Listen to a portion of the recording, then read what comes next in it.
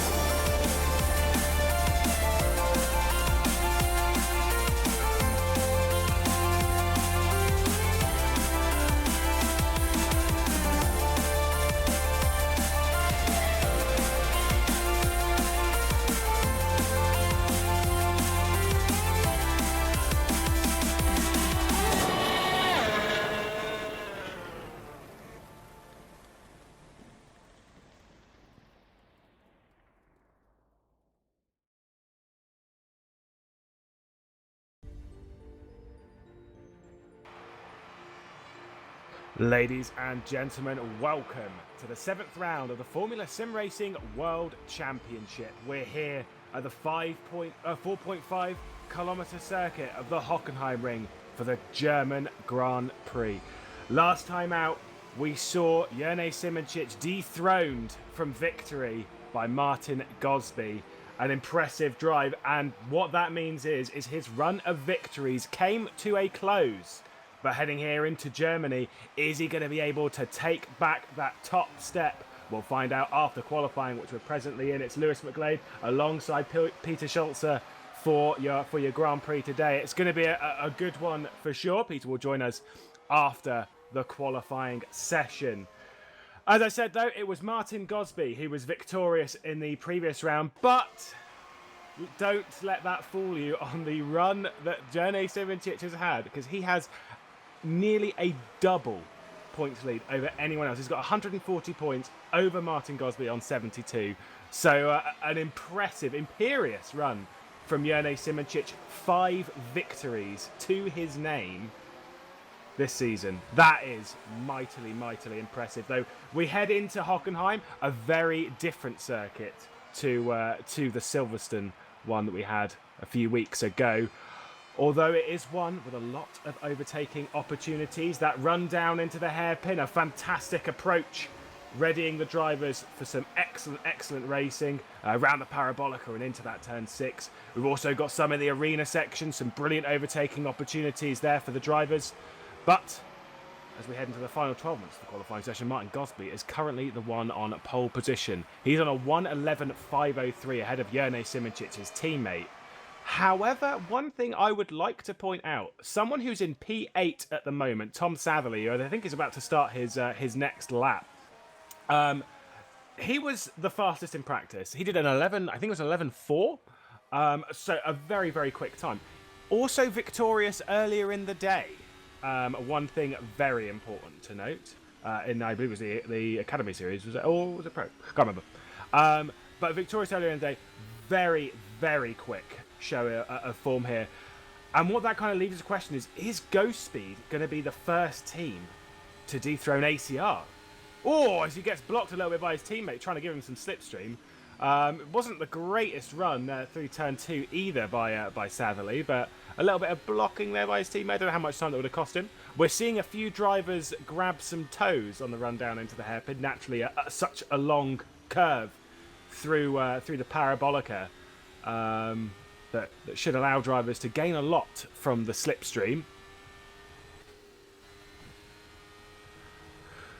As he comes through the arena section, I don't think this is going to be a massive lap time. He's lost time in the second sector as well. It was a 16.5 in the first, a 34.0 in the second, and so not so great for Satherley. He's going to come across the line to finish the lap anyway. Naturally, one thing to note is he doesn't improve, stays in 10th position.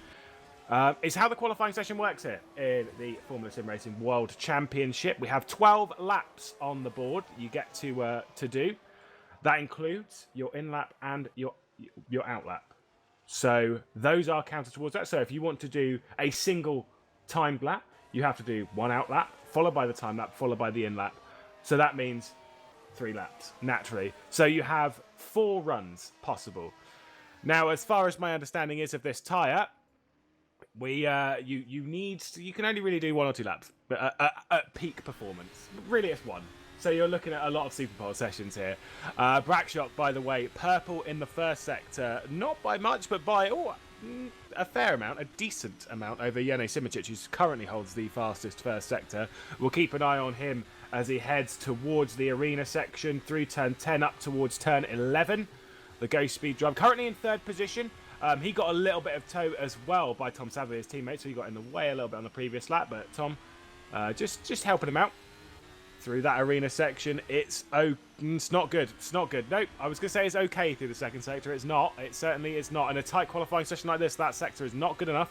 Towards the line, no improvement, naturally. An 11.706. So actually, he recovered a fairly healthy amount in that final sector, but just not enough there for Ghost Speed. So he returns to the pit lane. And a few drivers coming out. We're over halfway through the session, so I'll just very quickly run you through the order. We've got Martin Gosby currently on pole position, so it's an ACR lockout of that front row with Jene Simičić alongside. Remember, it was a lockout on the entire podium last time in Silverstone. David Morček also got onto that podium for ACR Blue.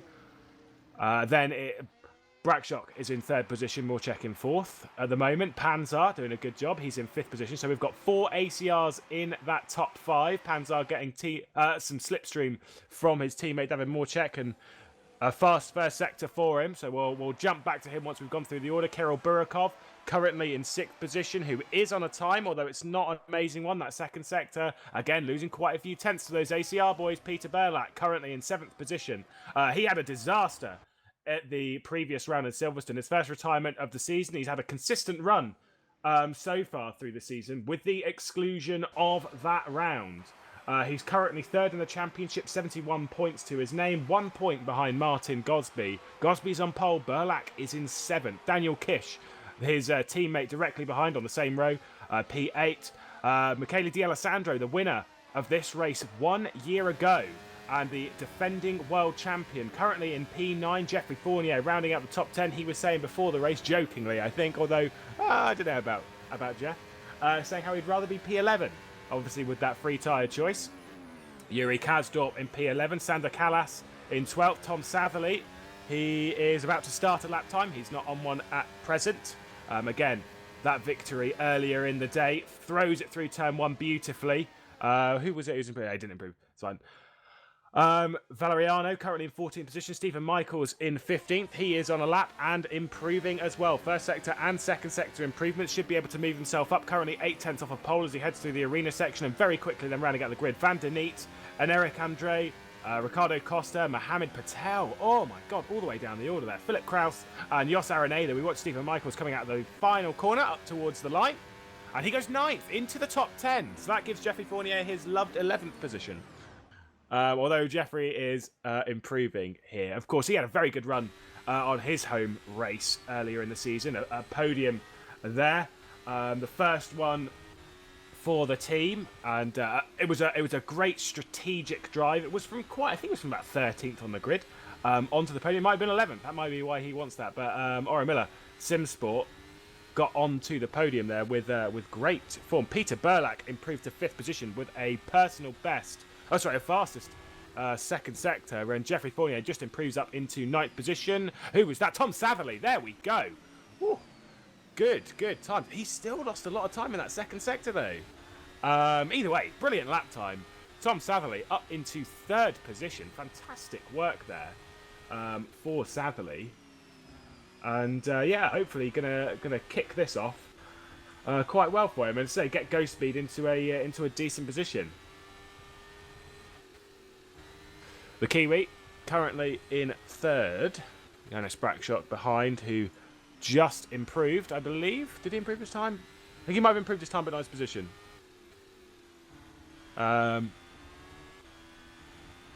Gosby preparing for his final laps. Second to last. Jene Simoncic just completes his second to last run. No improvement to him, an 11.659. Keep an eye, though, on the ghost speed driver of Janis Brakshock.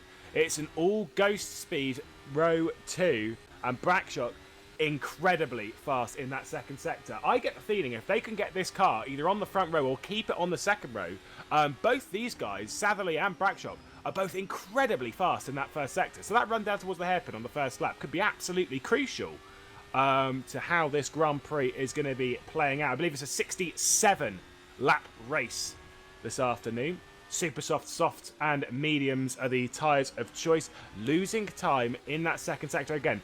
That is the problem for this Ghost Speed car. Because I'm assuming they're running lower wings. That's why they're so much faster in that first sector.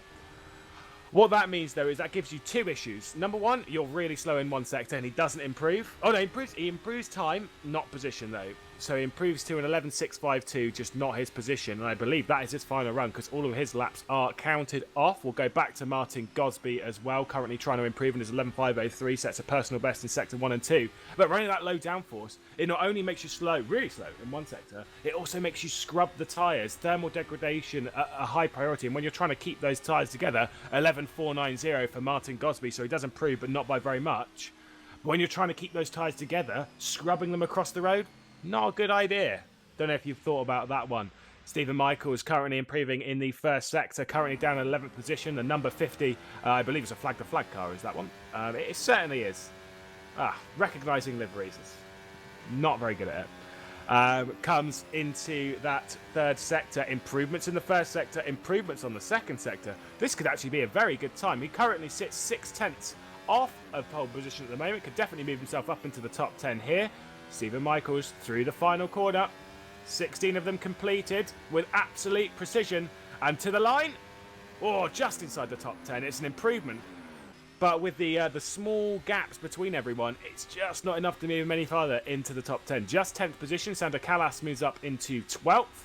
And it's Morchek who is quick in that first sector. A 16.005 for him. Oh, God, Brakshock. Considering that's a personal best, and all of the ACRs are running the same kind of like first sector. This is the final run, by the way, for David Morchek. A 16.005 is one of the faster ones of this ACR bunch. Brakshock did a 15.8 in that first sector. That's incredible. That shows how much speed they're gaining. Obviously, a little bit of slipstream does help. Maybe they've got that down to a T. Comes through the second sector, and he's not really improving, but it is okay as he heads through the final corner, currently on 11.737. Oh, hangs it out wide out of the final corner to the line, doesn't improve, and that is Morchek's qualifying session complete. Oh, I think he's going to back off a little bit to give Robin Panzar the slipstream, who's coming down towards turn 2 with much pace at the moment. And he's going to give him the slipstream all the way through the Parabolica. This could be well timed, although he's not got off that corner quick enough. It's going to be a decent game, but not too much. Go on, more check out the way. Ooh, that's close. Panzer currently in 7th position for ACR Blue. 15.983 in the first sector, so that's a decent one. It's better than his teammates, actually. Into that second sector now. Further improvements. Ricardo Costa down in 14th position. He gets knocked out of the way by Yuri Kazdorp. We all know how good Yuri Kazdorp is. He's currently now in 13th position, 5/10 off of your pole time. Panzer, second sector complete. Oh, it's good. A 33.8. Michele D'Alessandro heads up into the top 10. Your series champion, currently in a 10th position now. An improvement to an 11.973. Different from 12 months ago when he was victorious here. Robin Panzer out of the final corner. Oh, that looks good. What's it going to be? Oh, to the front row. Robin Panzer. Pat on the back there, good sir. What a lap from you. An 11.550. Don't count out Jene Simoncic, though, who's coming round the final corner to complete his final run at 11.562. Oh, he finds time. Somehow, though, out of 12 thousandths of a second, he only finds 7 and stays third. That is incredible. incredibly close. Great lap from Robin Panzar, though. Martin Gosby starting his final lap, currently on your pole position, an 11.490. Tom Satherley through the first sector does a 15.904, a personal best for him. Heads into the hairpin. He's currently in fourth position. Once again, victorious earlier in the day. Do not forget it. This guy is quick. The guy from New Zealand, currently in fourth position, just ahead of his teammate Brakshock, who he did get a little bit of slipstream from. Brakshock's qualifying session's done. He's just on a NIM lap. Tom Satherley is on his final lap. Martin Gosby through the first sector, 16.145. He shouldn't improve on this lap, but Tom Satherley in that second sector drops time, 34.172. It's just not good enough in that second sector, this Ghost Speed car. He's still going to try and complete the lap, currently 0.148 off a pole, but losing such a large time. Oh, and he took it on the curb and yep, I have done that at least 3,000 times. Geoffrey Fournier, though, will look back to him. He's currently done a 15.961. Daniel Kish as well, currently in 11th position, has done a 16.039. Both drivers currently improving. 9th and 11th for the pair. Geoffrey Fournier. Oh, it'll be Daniel Kish, the first one through. Edge Esports, currently a 33.994, a 33.988 for Geoffrey Fournier. So these two are actually improving and could put themselves a little bit further up in that top 10 with everything being so tight. Daniel Kish going to be the first one to the line as he's going to cross it. Currently on 11.979, 11.776, up to P8. Geoffrey Fournier, he's outside. Oh, sorry, inside the top 10. That's not where he wanted to be, but by the sounds of it beforehand, moves up into 9th position, 11.835. Woo. Everything super, super close there as Geoffrey Fournier up into P9. Mohammed Patel, by the way, rounded out the times. He has also a grid penalty, currently down in 19th position. That's why he hasn't qualified too well. Michele D'Alessandro, the first car outside of the top 10. Kraus and Araneda, the two that weren't allowed to qualify. They have to start from the pit lane due to penalties. Yes, and I say Mohammed Patel, a four-place grid penalty, leaving his home race, which did not go very well for him at all. Either way, though, we are going to go to a short break with thanks to Thrustmasters, and we'll come back for the German Grand Prix. Hey man, I got that new 10Max Thrustmaster wheel. It's going down. Xbox One? I can't wait to play when I get home. You'll let me play? Yeah, after I play first. Yeah. You know, I'll race it for it. Well, I have to hand you.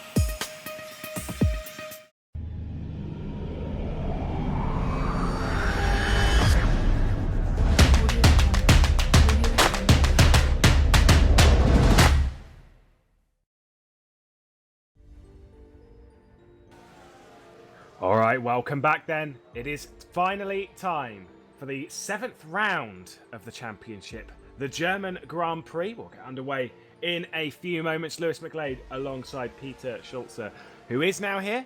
And Peter, what a qualifying session there. Martin Gosby, pole position, fantastic stuff. And Ghost Speed as well, 4th and 5th. Oof. Yeah, pretty close between Eric Koenig Racing and Gosby at the front. I think Martin Gosby, Janis Simoncic, Robin Panzer, Tatherley, and also Prakshok are very close together. So it's good to see that ACR is finally getting challenged a bit by Gosby instead of dominating everything every single race. So that's good to see. I hope this translates into the race as well. Yeah, we always like a little bit of competition. To keep us on our toes, to keep everything nice and fresh at the top end of the field. Been through a few stats, a few interesting things. Obviously important to note, victory last year did come from Michele D'Alessandro. Didn't have pole position though. Pole position went to Janis Simoncic. Michele D'Alessandro started on the 2nd row, started in 4th position. And the important thing to note from that, Tom, Satherley currently starts in 4th position. Done a little bit of digging on that side. Obviously, earlier today, his first ever victory in Formula Sim Racing for Ghost Speed in the Pro Series. He has done he's done 2 World Championship Grand Prix. So this is his 3rd. On the previous 2, his highest finish was 18th and retired the other one. That was last year. He did the Singapore Grand Prix and the United States Grand Prix. So a move up to 4th position. Very, very impressive. Also, just out of curiosity, did some digging as well. Martin Gosby looking for his 5th World Championship victory. He is a vastly experienced man on this field. And his sim racing career in FSR, or World Championship rather, goes back all the way to 2011. And what team did he start with? He started with Ghost Speed. That was interesting. I just thought it was a little fun fact to throw in there. Yeah, many of these teams are around for a very long time. So obviously, drivers who are here for a few years have driven for quite some different teams. We often see stuff like Martin starting at Ghost Speed, now at ACR. He was at Flag to Flag the last year. So yeah, happening. And precision at their heyday. True, yeah. Quite interesting. Janos Prakchak currently leading the warm-up by nearly half a second. If that's the race pace, I think they're gonna have good chances for a win here. Yeah, Ghost Speed looking very, very fast throughout the entirety of the German Grand Prix weekend, and we're hoping for good things from them, as well as a decent challenge from ACR. Of course, have a lot of drivers towards that front end of the field. We'll get to qualifying as we move over into the session, but yeah, that is incredible pace. Super soft tyres are the ones that they're all going to be starting on, and it is going to be tricky for them, surely. The thing is, these tyres, they are going to wear out quite quickly. It's not the highest wear circuit in the world, but it's something they've definitely got to watch out for, right? Yeah, definitely, and especially the last sector, the double right-hander at the end of the lap is very hard on the tires. So if these drivers are not careful, they can wear out the tires pretty heavily. Also, I think Michele D'Alessandro will start in 11th, and 11th is the first position with a tire choice. So Mick might be able to get a sneaky podium here, starting on the better race tire. Yeah, we saw that from Jeffrey Fournier at the French Grand Prix as well, using strategy to advance themselves up the grid. We saw it obviously back in the previous round as well, and throughout the season. So at China when Janis Simoncic was victorious, it's always something that you can throw out there if you can get that strategy right. I'm a little bit worried for the Ghost Speeds though. As I brought up in qualifying, their low downforce setup, which really helps them in that first sector. It's going to hurt them a little bit through that final though, because and eventually that could hurt them over the stint as well. Yeah, definitely. I think you've seen in the Academy race earlier that Ghost Speed didn't have the best tire. In the pro race we had before WC, I think one of their drivers actually did a 1 stop instead of 2 stops. So I'm not quite sure whether they really have bad tire or not. So we have to see. It's also mostly down to the driver, how good they are on the tires. Yeah, 100%. Smoothness is the key. I've always tried explaining this to a few other drivers. Like say you come across people and they're just like, well, I can't fix these tires. How do I fix? What do I do on the setup to fix these tires? Like, tires are more about how you drive than what you have on the setup for the most part. That's not 100% accurate because there are certain occasions where sticking max camber and stuff is not a good idea. However, it's more about how you drive rather than what you're driving on. So potentially they could work this one out, but well, we'll have to wait and see. Obviously, the World Championship is the one of the highest levels, at least on rFactor of sim racing, and these guys are very, very good. However, it is time for rFactor Man to introduce us to the 7th round of the season. It is time for the German Grand Prix, and Martin Gosby is on your pole position. Before we get through the grid, I'm just going to throw it out there. Who do you think is going to be victorious in this one? That's going to be a tough one. Yanni, obviously, with the one he had so far, a good chance. But I think he put most of his practice time into a 24-hour race he did earlier this weekend, so might not be the best prepared today. Martin Gosby, very quick driver, often very quick in qualifying. So if you can translate that to the race, obviously the race winner from the last race, he has a very good chance. Robin Panzer, not a single race win yet in WC. Obviously also his first season in WC, so he might want to smell that victory as well. Yeah, absolutely. I wouldn't know where I'd put my money at the moment. Sorry, but it's got to go to Sivancic. I just think he's the most calculated of the lot. Either way, as they head through the first sector on this warm-up lap, in preparation for a 67-lap Grand Prix here at Hockenheim, I will go through the order. Martin Gosby, currently on an ACR locked-out front row. Jerne Simancic in 3rd position. Jerne looking for his 15th victory in the World Championship and really securing his time on this title. Tom Satherley in his 3rd Grand Prix currently starts in 4th position. His first ever win in Formula Sim Racing earlier today. He starts 4th position. Brakshock in 5th. Morchek in 6th. Rounds out the ACR drivers. 4 ACR drivers in the top 6. That ain't bad. Peter Burlak and Daniel Kish round out the Edge Esports 4th row. And Jeffrey Fournier 2 positions higher than he really wanted. P9. Kirill Burakov as well in 10th position. Some good racing coming from that 5th row. Michele D'Alessandro, first of the 3 tyres. And he has taken the mediums in 11th position. Our world champion. Stephen Michaels currently in 12th position ahead of Sandar Kalas and Yuri Kazdorp. Ricardo Costa, Valeriano in 6th position, and Eric Andre in 7th. Danny Van Der Neet in 18th. Mohamed Patel obviously didn't qualify properly. He had a 4-place grid penalty anyway, so he's going to start towards the back on the medium compound tyre. Philip Kraus and Jos Araneda will be starting from the pit lane in 20th and 21st. They head through towards that final sector in preparation for the Grand Prix. And one important thing to note is how quick those ghost speeds are in that first sector. And realistically, if they want any chance of winning the Grand Prix, they have to get it done in that first sector. Yeah, definitely. Well, not quite necessarily in the first sector, because in theory, the first sector ends before the long straight to the chicane. That is true. To the hairpin, I mean. So Alright. what they need to do is stay close in the first sector. Stay close, get DRS, get past them, these ACR cars. But with 3 ACR cars up front, they can slipstream each other and use each other's DRS. So it's not the easiest task for the Ghost Speed drivers.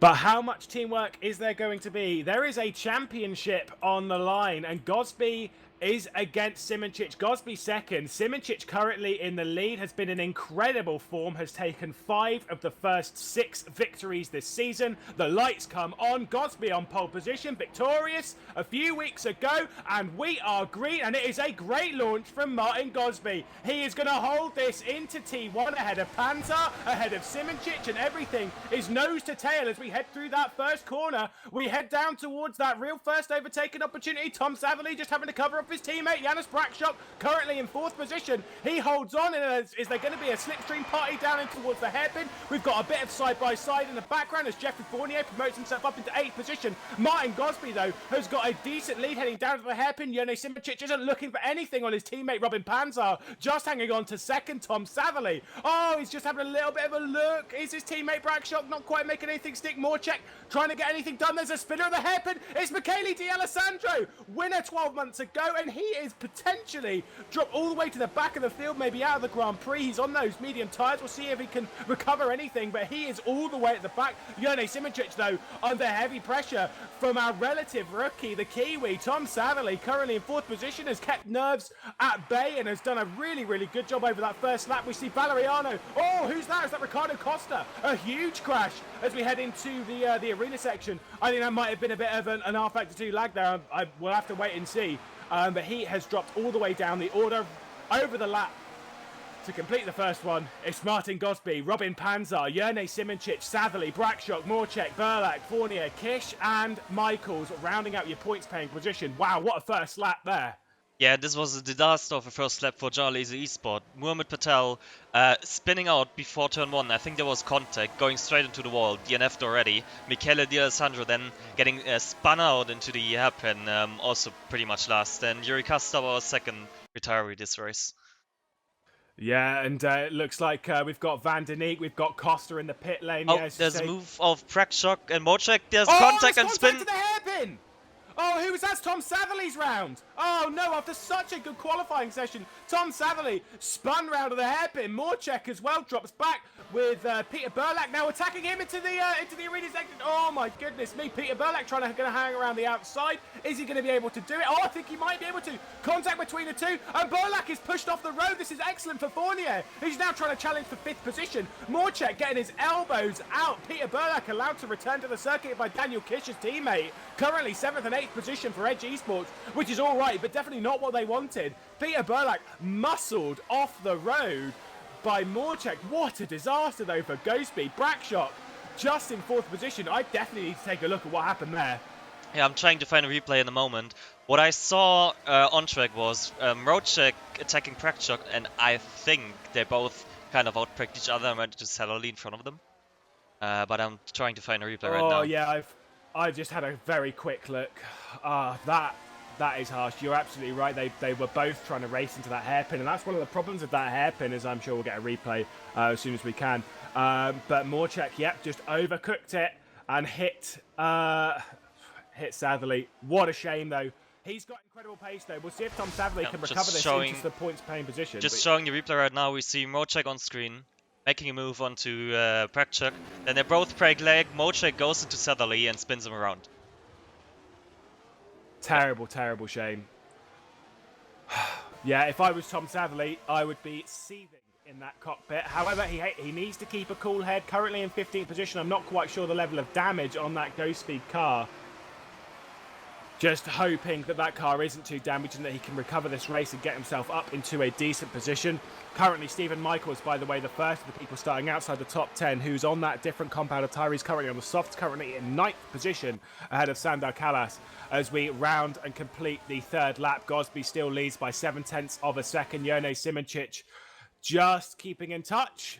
And the ACRs are pulling away ominously. Brakshock, though, just trying to do whatever he can to close up. He's currently got 2 seconds now on Morcek, so no real threat from behind for the Ghostspeed. Potentially should use this time to look after his tyres, to consolidate his position, and maybe focus on the race ahead. Jeffrey Fournier, by the way, has set a purple first sector on this lap time, so obviously very quick in that first sector as he's closing up to the back of David Morcek to get himself up in that top 5. We've seen how racy Fournier can be. We saw that at Paul Ricard, Le Castellet earlier in the season.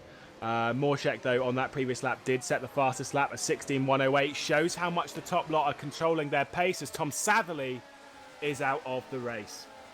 Very unfortunate for the Ghostspeed driver. Speaking of Ghostspeed, Janos Brakshock actually needs to look into his mirror. Last lap around, Morcek behind him, fastest lap of the race. 7/10 faster than Brakshock. Yeah, but then, as I say, look at the other ACRs. So I'm going to assume that Morcek is on pretty much the same setup, if not something that just works for him. On a 16.1 on that previous lap. If you compare that to the top lot, I think they're all controlling their pace. 16.8, 16.8, 16.9, 16.7. I think they're all just controlling things, looking after those tyres, making sure they can get through the stint. Car directly behind Morcek, which is Jeffrey Fournier, just sets a 16.174, very close to the fastest lap of the race, including a purple first sector. Brakshock, I believe, set a purple final sector, and considering that is running lower downforce than the others, that's quite impressive. I'm not so sure they're running lower downforce, to be honest. Hmm. I mean, they could be, but he's pretty fast in the last sector, and then the second sector. Well, let's see if they go through the second sector in a minute. But you I'm might not- be right because I'm basing that off the first sector, and it's the second sector where you're at high speed. yeah, Aye. Well, we'll wait and see how it unfolds. let's see. Second sector. Well, Bragchuk's 3/10 slower, 4/10 slower nearly than Gosby in front, who has no DRS. I think Oh, they look might, at that. they might actually run a little bit more downforce than ACR. May potentially, we'll have to wait and see how that unfolds. The purple sector that just came in from Kirill Burakov for that second sector was very purple. I can say that. It was nearly 2 or 3 tenths quicker than anyone else in that second sector. He's currently down in 12th position, trying to close up to the back of the points paying position, currently on those super soft tyre. Obviously, he started inside the top 10. Then with that instant from was it Michele D'Alessandro at the hairpin, he had to drop down the order in avoiding that instant.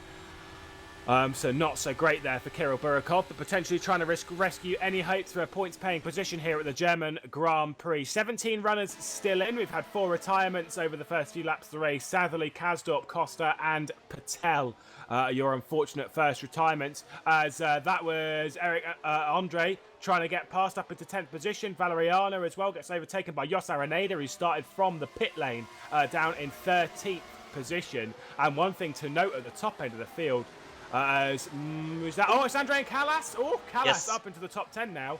Oh, wow, nearly just missed that one. Callas around the outside. A little bit of contact between the two of them, as I saw. Yeah, half spin. There's a drive off track at the back. I think that's Bilgaros. Yeah, Bilgaros got a bit pushed off there a bit too fast. And we saw earlier Jos Araneda getting past Giordano Valeriano into the hairpin. And yeah, Eric Andre, a bit of contact there with Callas. Both started to catch the slide, but Callas came out in front. Yeah, so, well, we'll see how that one unfolds. Sander Callas currently on the medium compound tyre, so potentially trying to throw some new strategy into the mix, and Eric Andre on the soft compound. Sander Callas currently now 10 seconds off of the top lot. Very important to note, though, as I was saying, Martin Gosby has a 1 second lead now over Robin Panzer, so he is pulling away. And the man who came into this second in the championship, maybe trying to gain some things back with Fournier and back-to-back Morcek. victories. Yeah, Fournier. Oh, there's contact between the two as they come through the hairpin. Oh, I think Morcek, though, is going to have the run off the corner. He's going to have the inside line into the next one. A little bit of rubbing off of the hairpin. Fournier, though, just manages to hold it flat through that corner. I think Morcek just got a little bit too much more understeer. And Fournier doing a very good job. We said he was a good racer, moving his way up into 5th position. Has been closing up to Morcek, and Danny Van Der Neet also now out of the race. A high attrition rate here. Yeah, I think he just had a big incident. I'm trying to find a replay for this. I heard a crashing noise in the background, and immediately Danny DNF'd. So I'm taking a look at the replay right now.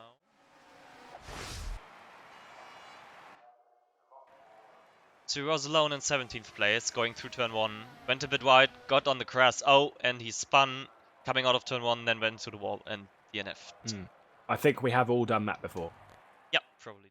Very, very easy mistake. I did it in a qualifying session on my first lap, and it ruined the entire qualifying session. It was always good fun. Jeffrey Foyer, though, now up into 5th position. He is going to be under attack heavily by the ACR driver of David Morcek, though, into the hairpin. They're going to be side by side once more as they come down into that braking zone, and Morcek on the inside now. Oh, he's deep on the brakes. I think Fournier's going to go for the cutback, but it's not quite going to work, and Morcek back up into 5th. Peter Burlack closing into the back of this one as well. A second separates the 3 of them. And Panzer, by the way, back within a second at the top end of the field. Again, I think they're all controlling the pace, trying to pull away. Brackshot closing right up to the back of Simonchich as well. So he's really bringing himself back into this fight.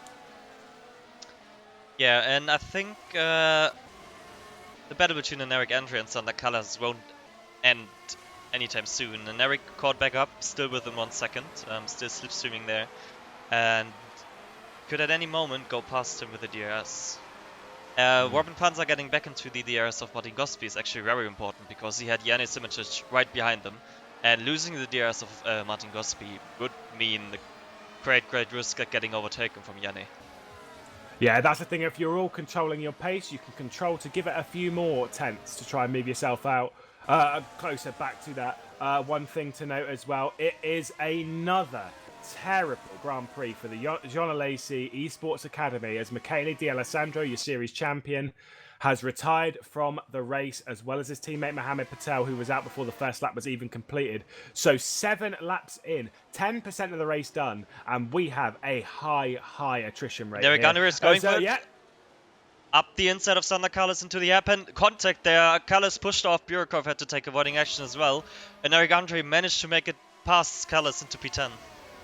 Yeah, Burkov looking racy behind these as well as he's on the super soft tyre. A little bit too much contact for my liking at the hairpin, but trying to keep everything very racy. It was just a little bit overcooked there by Eric Andre. Sander Carlos maybe not giving enough room. And it was very similar to the Jenson Button Sebastian Vettel thing here in 2012, I think it was. Oof, long time ago.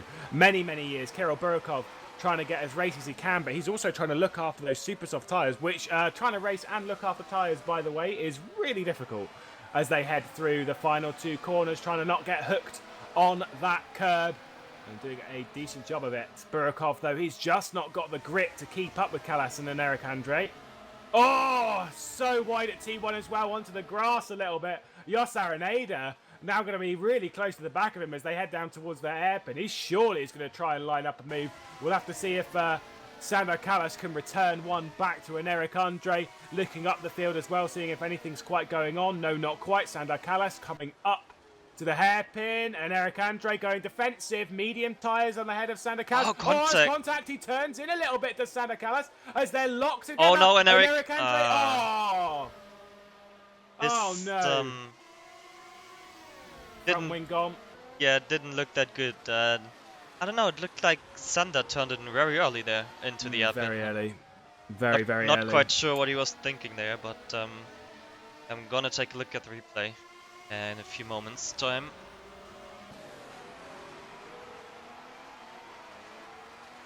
Let's see.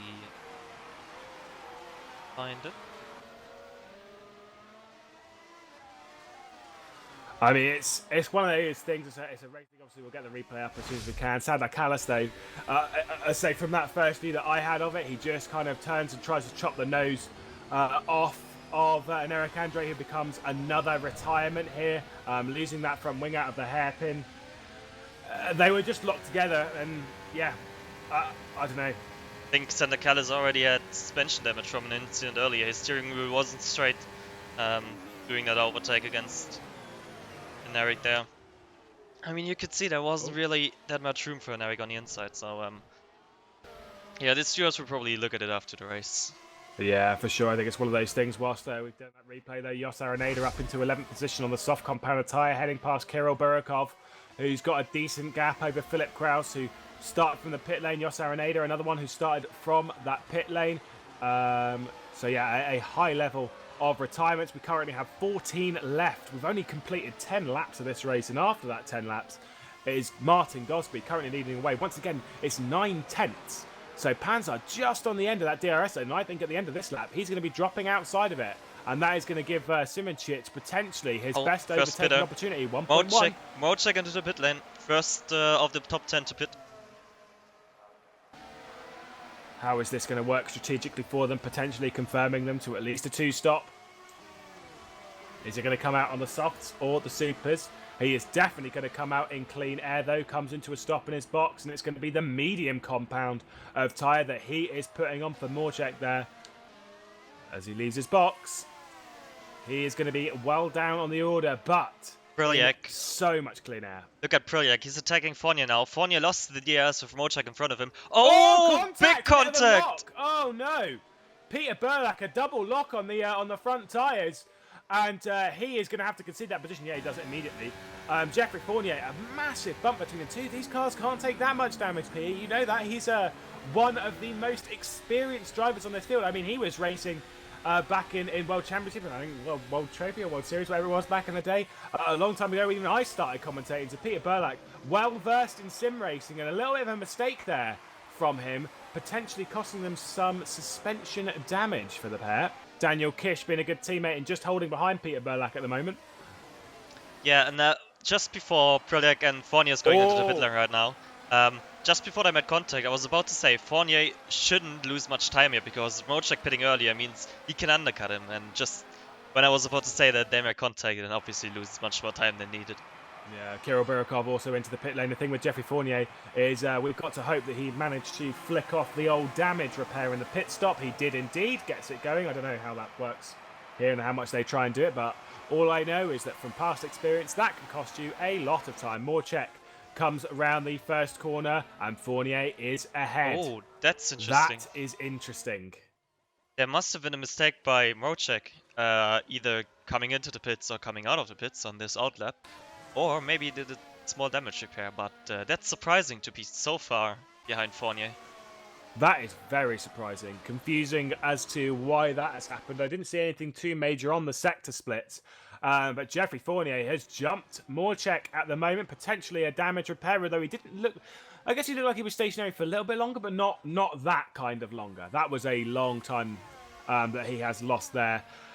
Either way, no one else pits from the top lot. Simincic, Brakshock now into the pit lane P4.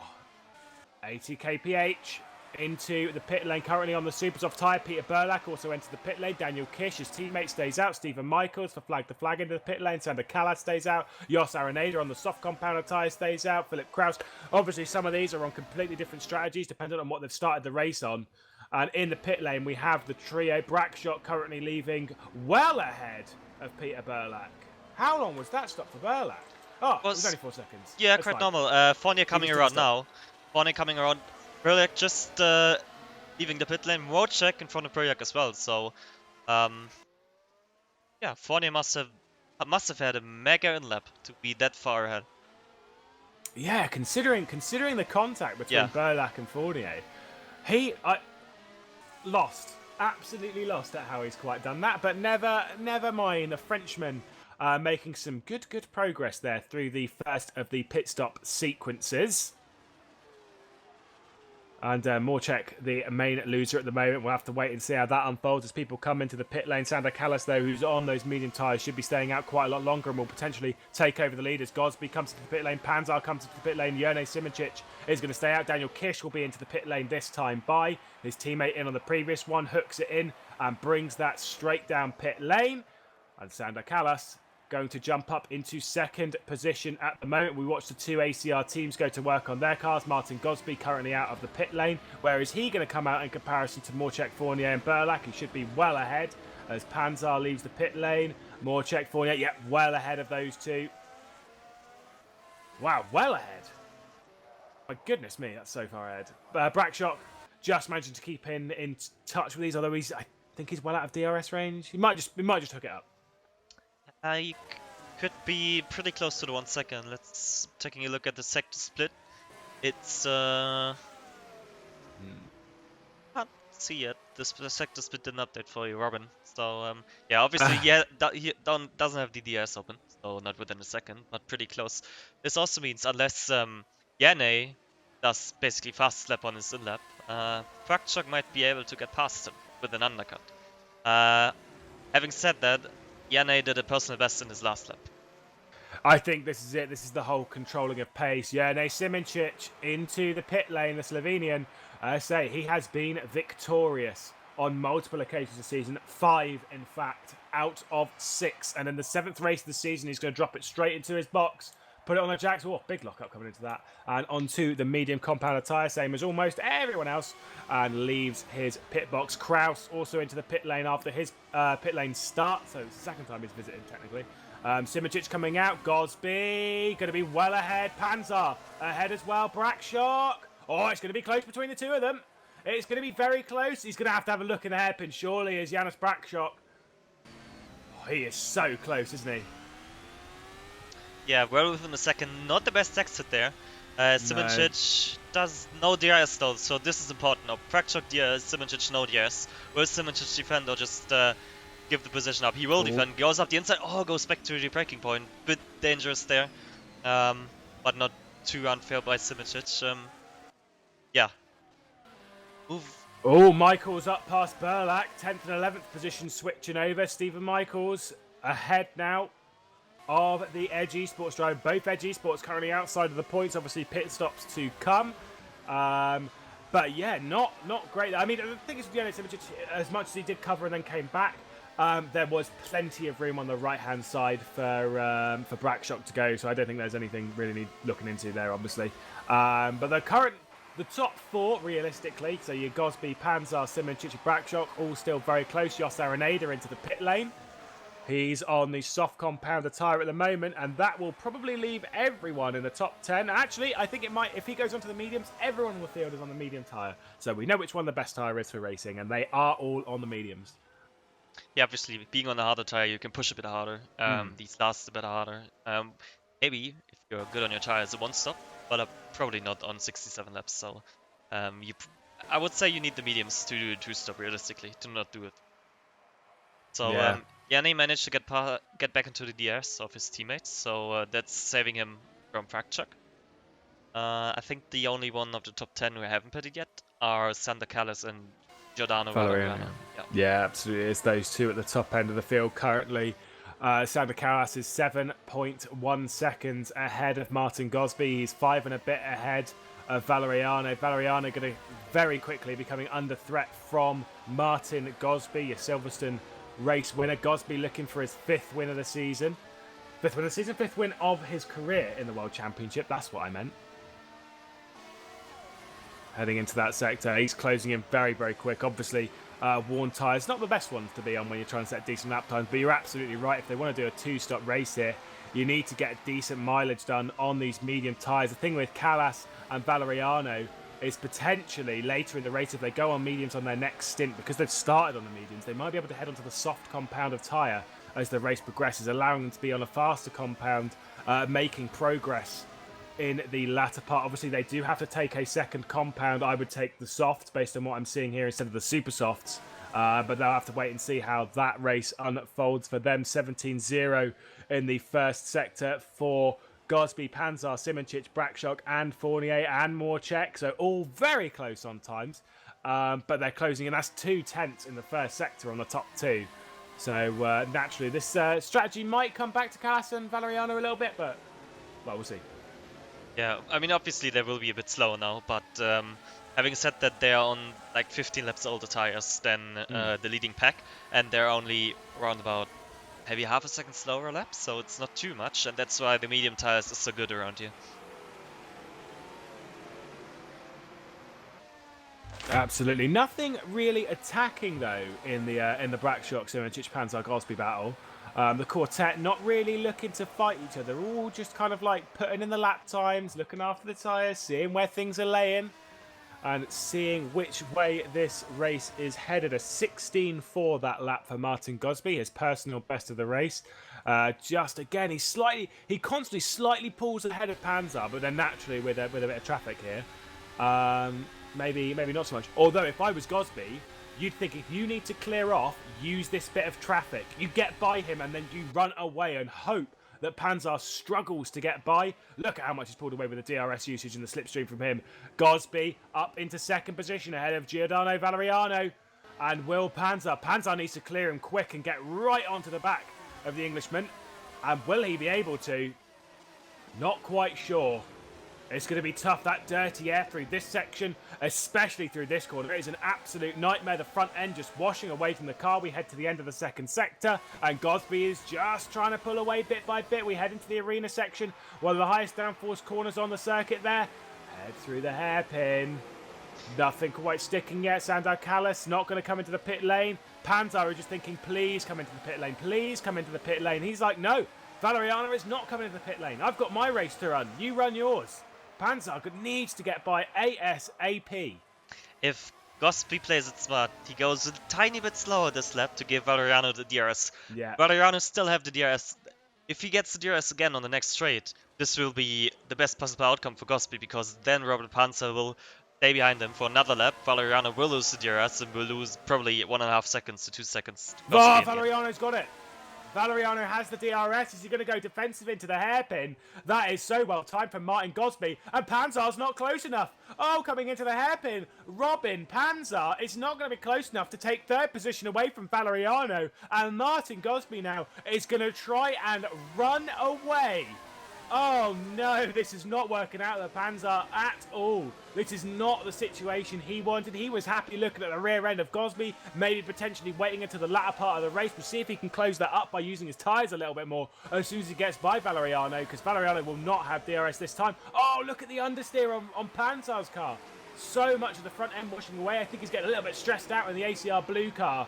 Jerne Simoncic directly behind. How bothered is he about this? Probably quite. He's looking at a victory maybe slipping out of his hands as well. Oh, Valeriano and he loses the DRS. He loses the DRS of Valeriano now. This pretty much means game over for Robin Panzer. Jerne needs to get past Robin now, unless... well, Prakchak might have a chance if Jerne doesn't attack Robin. So Robin still one-time DRS because Valeriano just went into the pit lane.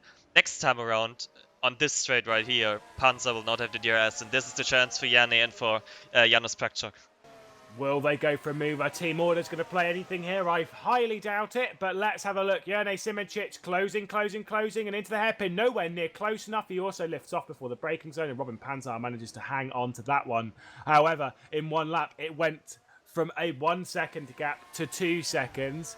I think he's closed it up a little bit in that first sector by just 1/10 of a second, and it does look like he's closing back up to Martin Gosby. I don't know how Martin Gosby is going to play this one, if he's just going to cruise and sort of let things unfold, control his tyres a little bit more, let Robin Panzer wear his out as he's trying to close himself back up. Sandor Callas, currently your race leader, yet to stop. He'll probably be stopping quite soon. Coming up to the end of the 21st lap of the race, Valeriano cycles out into the final position. Sandor Callas continues to lead here. Gosby, 1.8 seconds. So yes, Robin Panzar's responding here, trying to close himself back up and trying to get himself back inside that DRS range. It's so important. 1.7 seconds, just closing it back up sector by sector. So he's definitely got the paces in. Has Robin Panzer, so that shows how much he's been controlling it. Yeah, but this also means they're using the tires more now. Obviously, they use the tires more being behind Valeriano because of the dirty air and everything and trying to overtake and staying close. And now he needs to use even more tires to get closer to Gosby again and also to defend against Simoncic and Prakchak behind him. So this is Gosby playing the long game here. He will probably have an advantage in the end.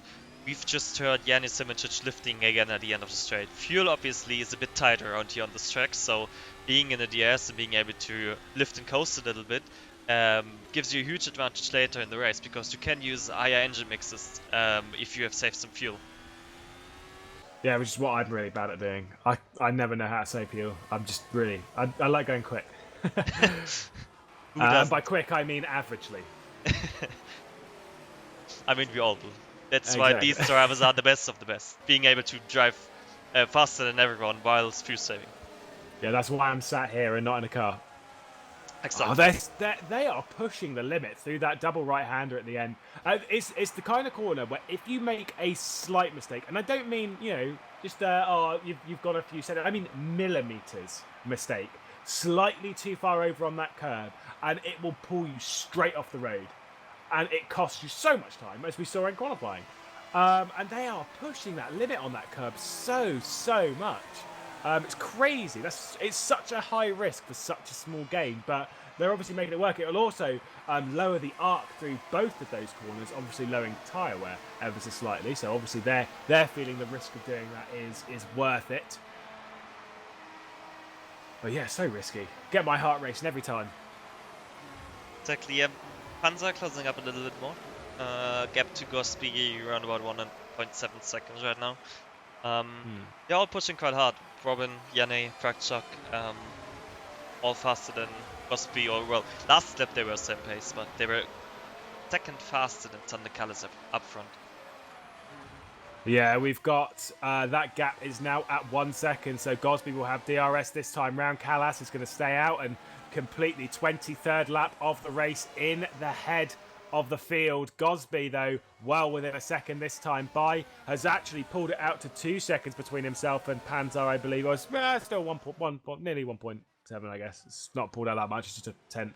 But now he's going to have DRS and clear it again. And Panzer is having a bit of a PTSD flashback as he's seeing almost the exact same position happen to him. Gosby's going to get past Callas here, and that's probably going to cost him a little bit more time a little bit later in the race, a little bit of an update a bit further down in the pack.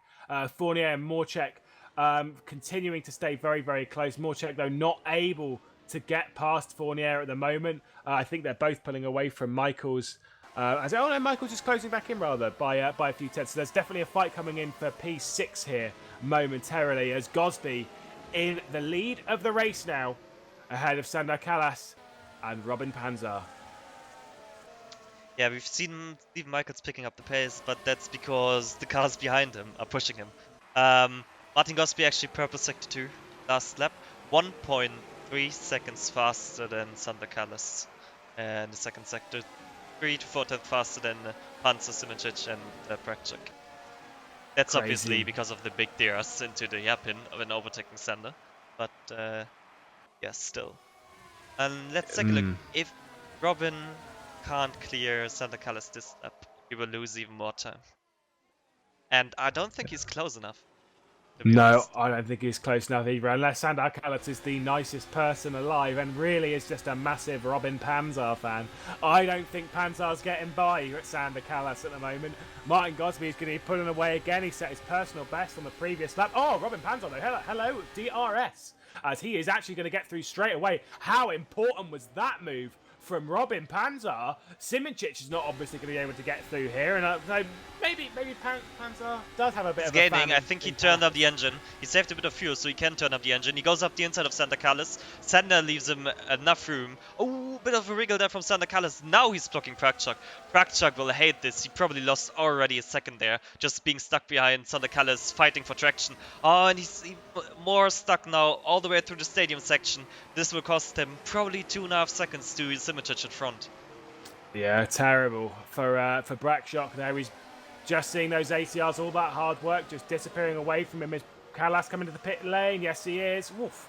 Very close there. That's awkward being behind that because they're having to go slower through that corner to get into the pit lane of Sander Callas. But yeah, 2 seconds now. Prakchuk to Simoncic. Is he going to be able to close that one back up? That is a tall order if ever I've seen one, because Panzer is going to be pushing to catch Gosby. So Prakchuk has to push harder than Panzer and harder than Gosby. Simoncic, I think, is just in a bit of a cruise at the moment, just sort of holding on. We've heard him lifting, looking after his fuel, looking after his tyres, looking after his car, trying to think of the long game here. We know how good Simoncic is at thinking of the long game. Yeah, also, he doesn't need to attack. He has such a big advantage in the championship right now. He can just let Martin Gosby and Roden Panzer do the work, and then maybe if he's safe enough in the end of the race, maybe then he attacks, but maybe he doesn't. Maybe he wants to give Robin a better finish. Who knows? Who knows indeed. Obviously, we have 42 laps left on the table to decide the victor here at the German Grand Prix, and that is one of the questions that will be answered soon. Gosby, though, completing lap 26 in the lead of the Grand Prix, 2 seconds clear of Robin Panzer.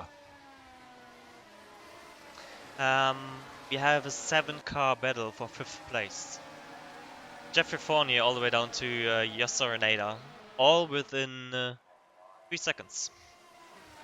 Yeah, this is where things get a bit meaty, a bit dicey in the middle of the field. Currently that 5th place being held by Jeffrey Fournier, Morchek, Michaels, Burlak, Kish, Burakov and Araneda. That fight, it is quite a dicey one indeed, but Fournier just managed to hang on at the top end of it. DRS obviously in Morchek's hands. Fournier's had a good run at the start of this race. Obviously there was a bit of contact between Burlak and himself, but through that pit stop sequence, Fournier really did Birakov. He went side by side, tried to make a move onto Priliak, I think it was. Oh! Daniel Kish, and they spun each other. And then Birakov decides to throw the car into the wall, recovering his car. Yeah, and well, Kish reversed into him there a little bit, trying to get away from the wall. Daniel Kish, is he going to become another retirement today? I believe he will try and continue on at least, but that car is going to be heavily damaged. Looking on board, it's not. It looks all right, but I mean, any chance of points pen position surely is gone now for Daniel Kish. Just taking a look at the replay now, you can see that Birakov was very far away, coming into the braking zone, very far away. Kish was already turning in, like he was turning in big time. He was already basically in the hairpin, and Birakov decides to throw it up his inside. So nothing Danny Kish could have done there. So the Hungarian drops to the back of the field and takes his place in 14th at the moment. We'll have to wait and see what happens with that. But then 7 becomes 5 as we lose 2 from that battle. But the battle for 5th still rages on. Kraus now up into the points paying position. Obviously, he started from the pit lane. He's in 10th position at the moment. Nearly 7 seconds off of the back of this pack. So won't be closing into the back of this anytime soon, we would believe. We'll have to wait and see what his times do. Jos Araneda, though, in a good position. I say everyone on those medium compound tyres trying to make that 2-stop strategy work. But when you're in a DRS train, when you're at the back of it, it is incredibly hard to make moves. The only moves that you can really do are towards the top end of it, because obviously the person in the front doesn't have DRS. Although I will say Fournier seems to have some decent straight line speed, obviously running a decent engine map at the moment, trying to get that car shifted, but might be using quite a bit more fuel than Morchek behind. Yeah, maybe. I've taken a look at the times. Janis Pachak started to fly after he had the 2-second gap to Janis Simoncic. He went purple right the next lap with a 15.8. He closed down the gap to 1.7 seconds now. Joran Panzer, Janis Simoncic both starting to push now. Panzer into the 15th, 15.9. Janne did a 16.0 last lap and was purple sector 1 this lap. Yeah, really trying to close back in that gap to Martin Gosby, potentially.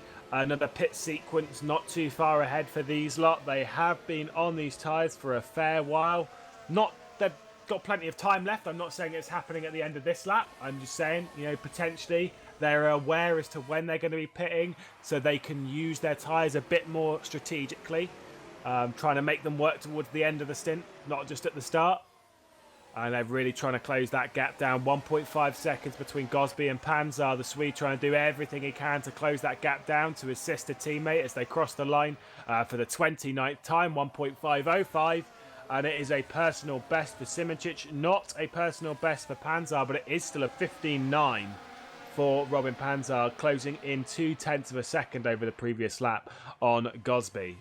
I think what they're trying to do now is keeping the ghost speed out of DRS.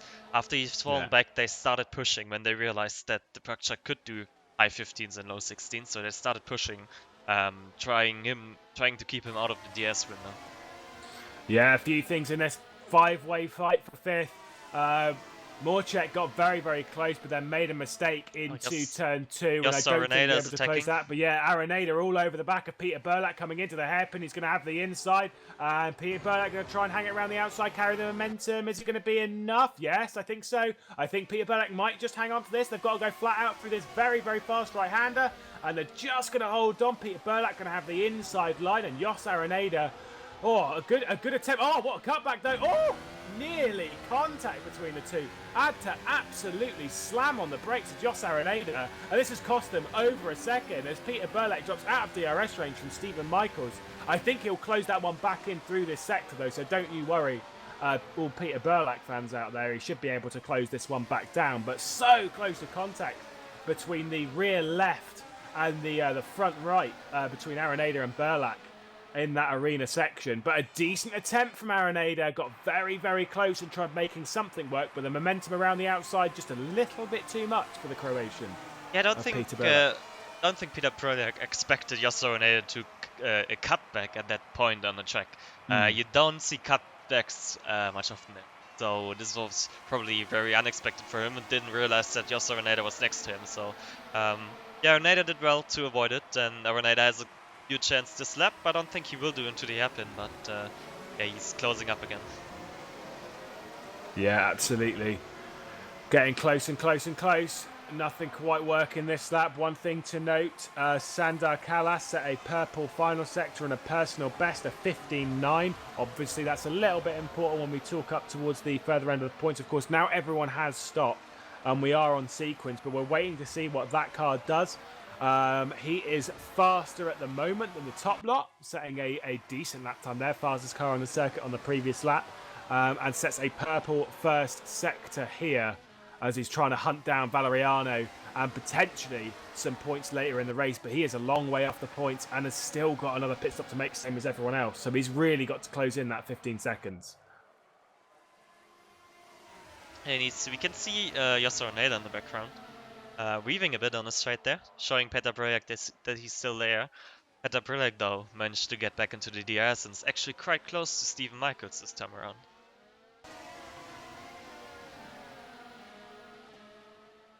Yeah, Peter Burlock. Is he going to be able to get a move though? Because they've both got DRS. I don't think it's going to quite work. No, again, the DRS train is a little bit too strong there for anything to quite work. As Geoffrey Fournier continues to head this quintet of cars around this German Grand Prix.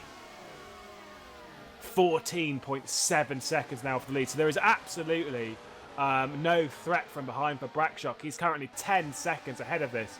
So, actually, no, I don't want to say it because it's a commentator's curse. Never mind. Ignore that one. Yeah, they pulled quite a gap. Brakshock managed to stay within the DRS of the ACRs, obviously, for quite some time.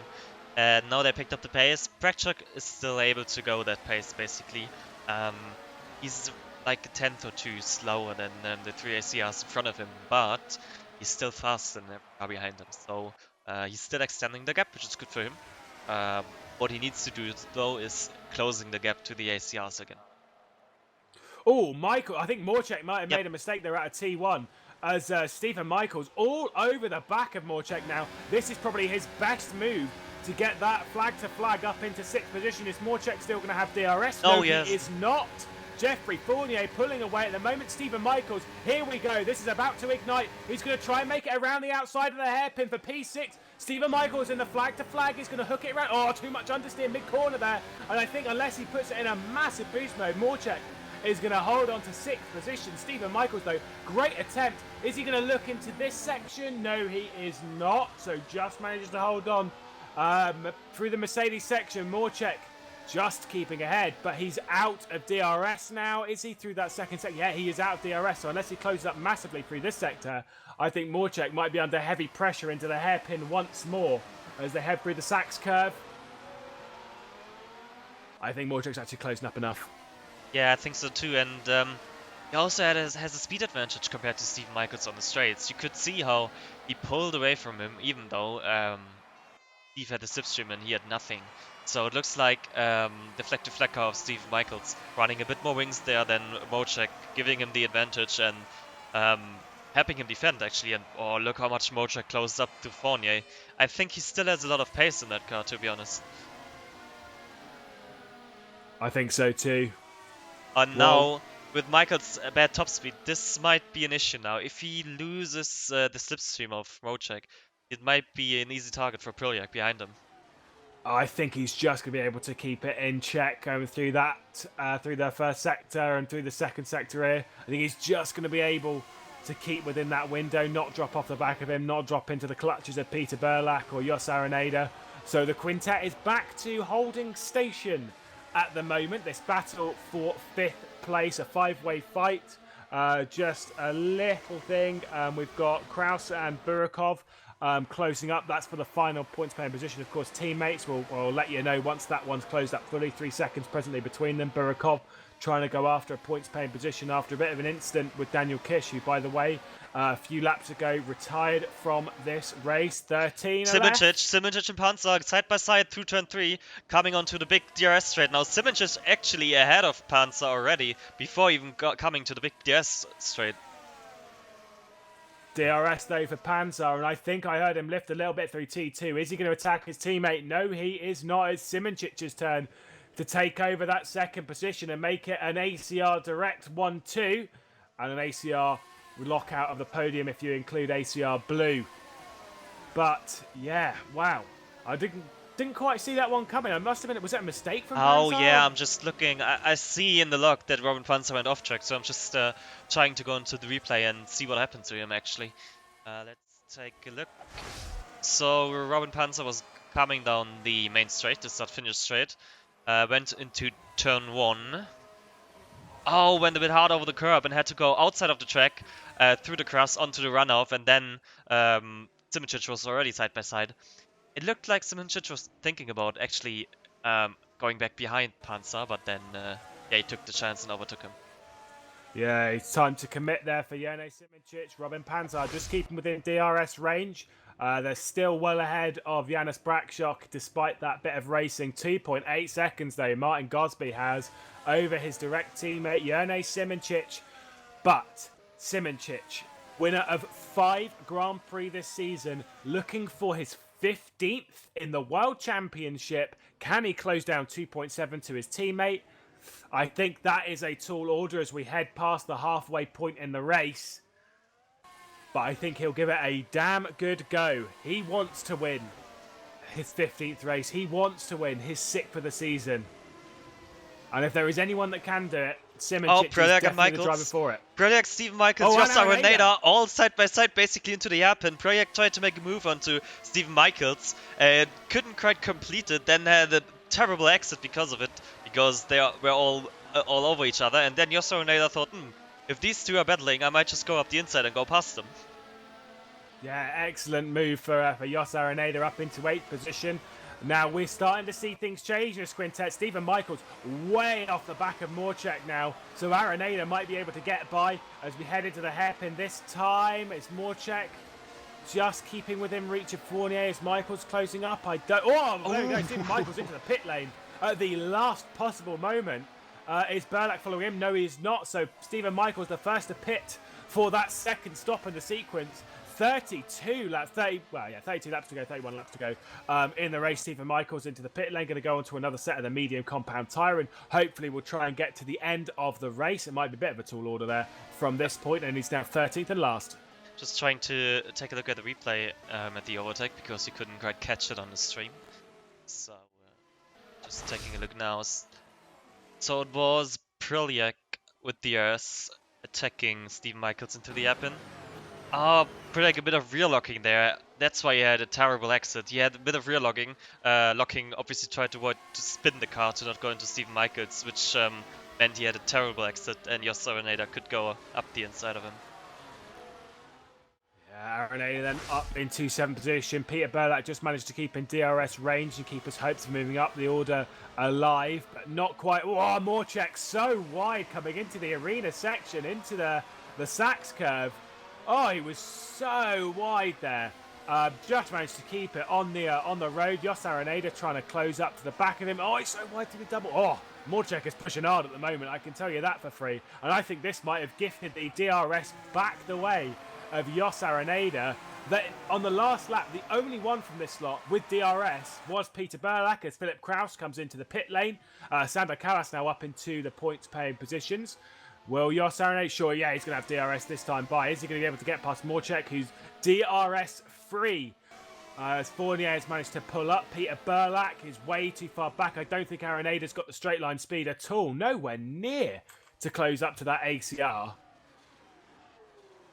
No, looks like the ACR is quite fast in the straight line even without the DRS. That's what I saw earlier as well when he was defending it against Steven Michaels.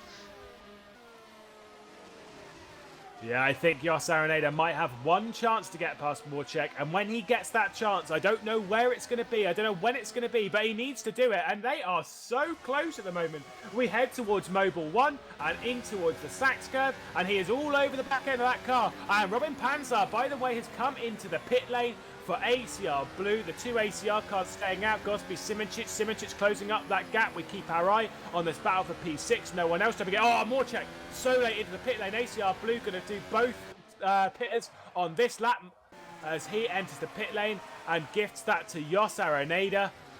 Robin Panzer out of the pit lane. Is he going to be into traffic? No, he's not, but Peter Burlak's not that far up the road as Burakov also into the pit lane. Once again, everything igniting here at the German Grand Prix. 2.2 seconds, the gap between the lead. Simoncic coming. He's set a purple first sector as well as Steven Michaels sets a purple fastest lap of the race. He is currently down in 10th position, looking to close that gap up to the back of Valeriano, who I believe is yet to come in for a second stop, obviously naturally in a very different pit sequence. Even Michaels undercut Morchek by... A long way. 5 or 6 seconds. Yeah, I would say. massive gap. Obviously, that purple lap, that fastest lap of the race, a 15.165. Fastest lap of the race by nearly a second. Jone Simicic, the only one really close to that at the moment. He's done a 15.6 and 15.7. Janis Brakshock into the pit lane for Ghost Speed. The lone Ghost Speed left in this race as Jeffrey Fournier comes up and he's headed to the pit lane as well. Jos Araneda going to hold the line and hold out of the pit lane at the moment. So ground effect just hanging on. They're going to be up into the podium position at the moment, which will set their world alight. But not quite pulling away from Peter Burlack in the way that they'd want. Peter Burlack's still going to be in DRS range. What kind of times can Panzar do? Can he set the times to close up to Martin Gosby? That's what I want to know. Is this ACR Blue going for a bit of a jump here? Is it going to work? Is Gosby going to be too quick? A team order's going to come into it? I doubt team order's going to come into it. You got to throw it out there. Why not? Yeah, I don't think so either. Backcheck just getting past Santa Carlos once more. Actually going side by side into the app in. Different strategy, these two. Backcheck just came out of the pits. Sanders on his tires for about 15 laps, I think. Maybe even 20 laps. Yeah, Kalas. Oh, they're still fighting though. Kalas fighting with Backcheck. Backcheck obviously fresh tires, as I just said. Gosby in. Stay ahead.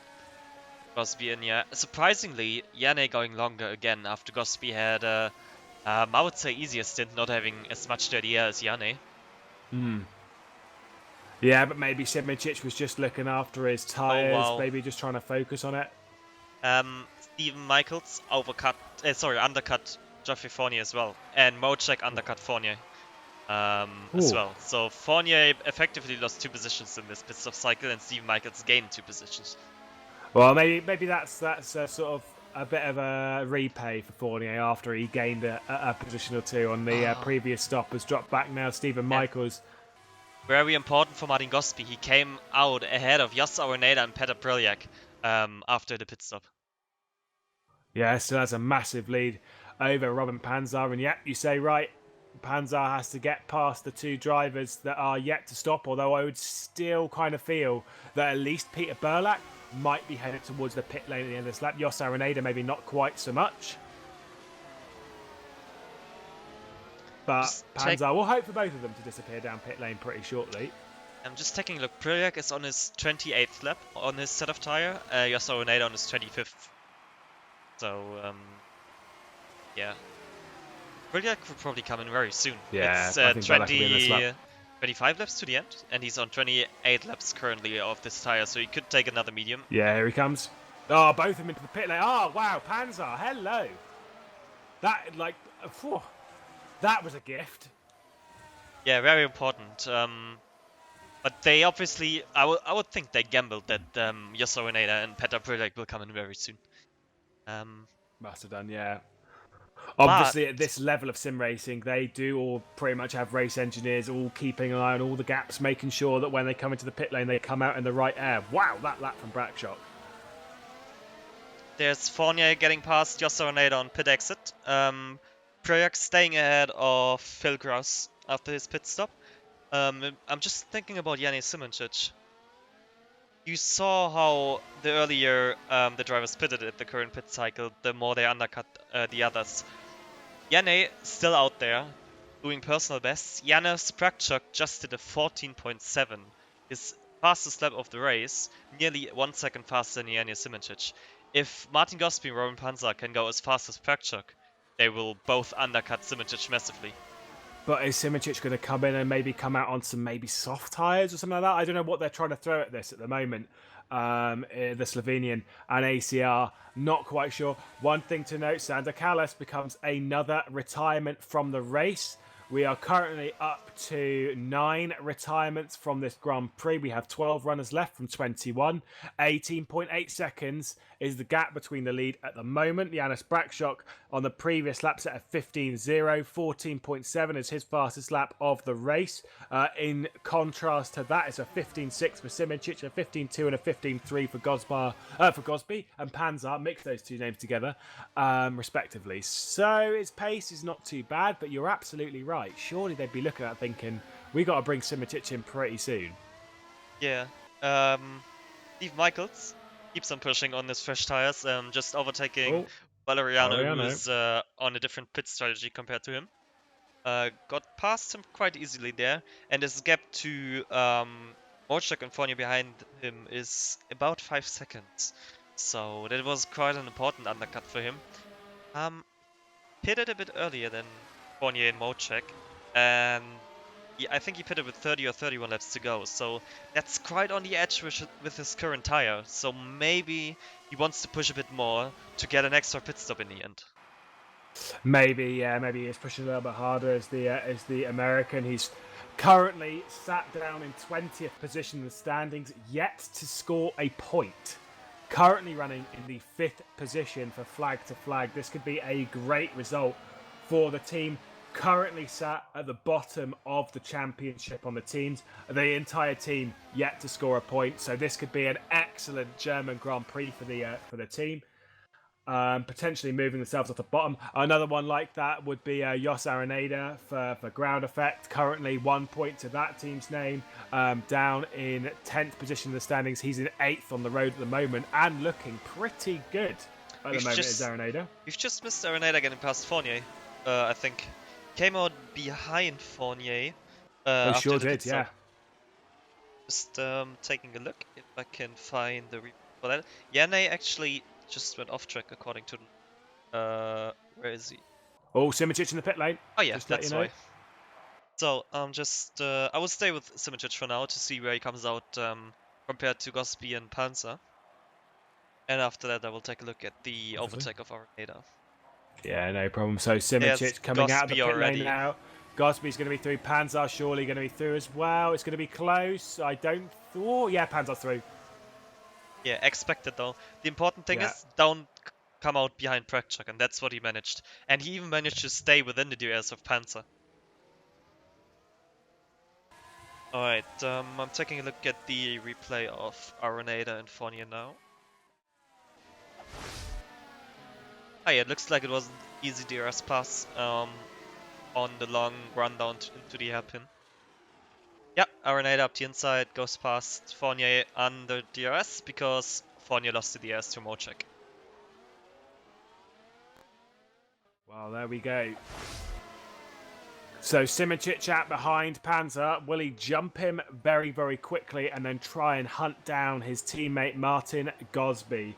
Wait and see how that one unfolds. Gosby looking to do back-to-back victories. Oof. I'm pretty sure there is another chapter to tell here in the German Grand Prix because I don't think Simičić is done. I think going longer is to try and make sure he can make the most of this final stint.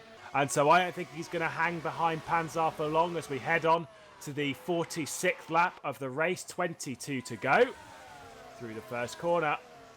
Look at how close Simičić is now. He's all over the back end of Panzer. Heading through turn 2. Brackshot coming back into DRS range, trying to get his team Go Speed onto the podium.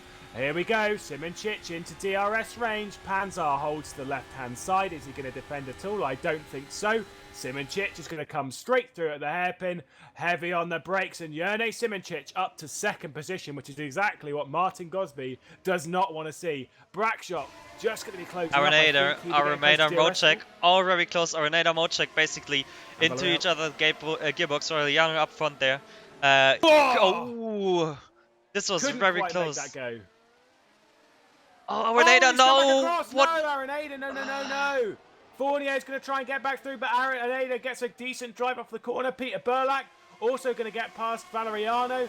Valeriano under heavy attack from Philip Kraus as they head into Mercedes. And he's going to get through. Jeffrey Fournier up ahead alongside with Jos Araneda. Oh, no! They're going to spin out. Oh, no, Jos Araneda did not give enough room there for the Frenchman. And now Jeffrey Fournier just trying to cover off Valeriano into this arena section. And Jeffrey Fournier just manages to hang on to 9th position. In my opinion, from that one look, it's only a single look, I don't think Jos Araneda gave Jeffrey Fournier enough room there. Yeah, I think so as well. I'm just trying to get the replay of both incidents of Araneda there.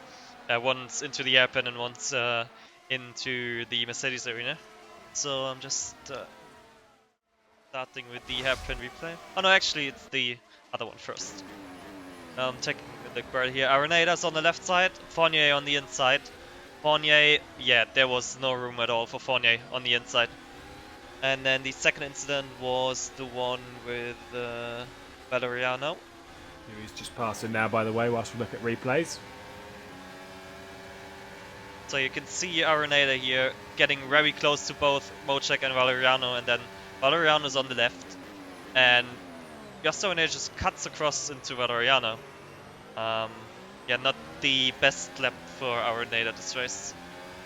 No, a clumsy few corners there for Jos Arenada. Really cost him after what was a very good drive realistically until this point.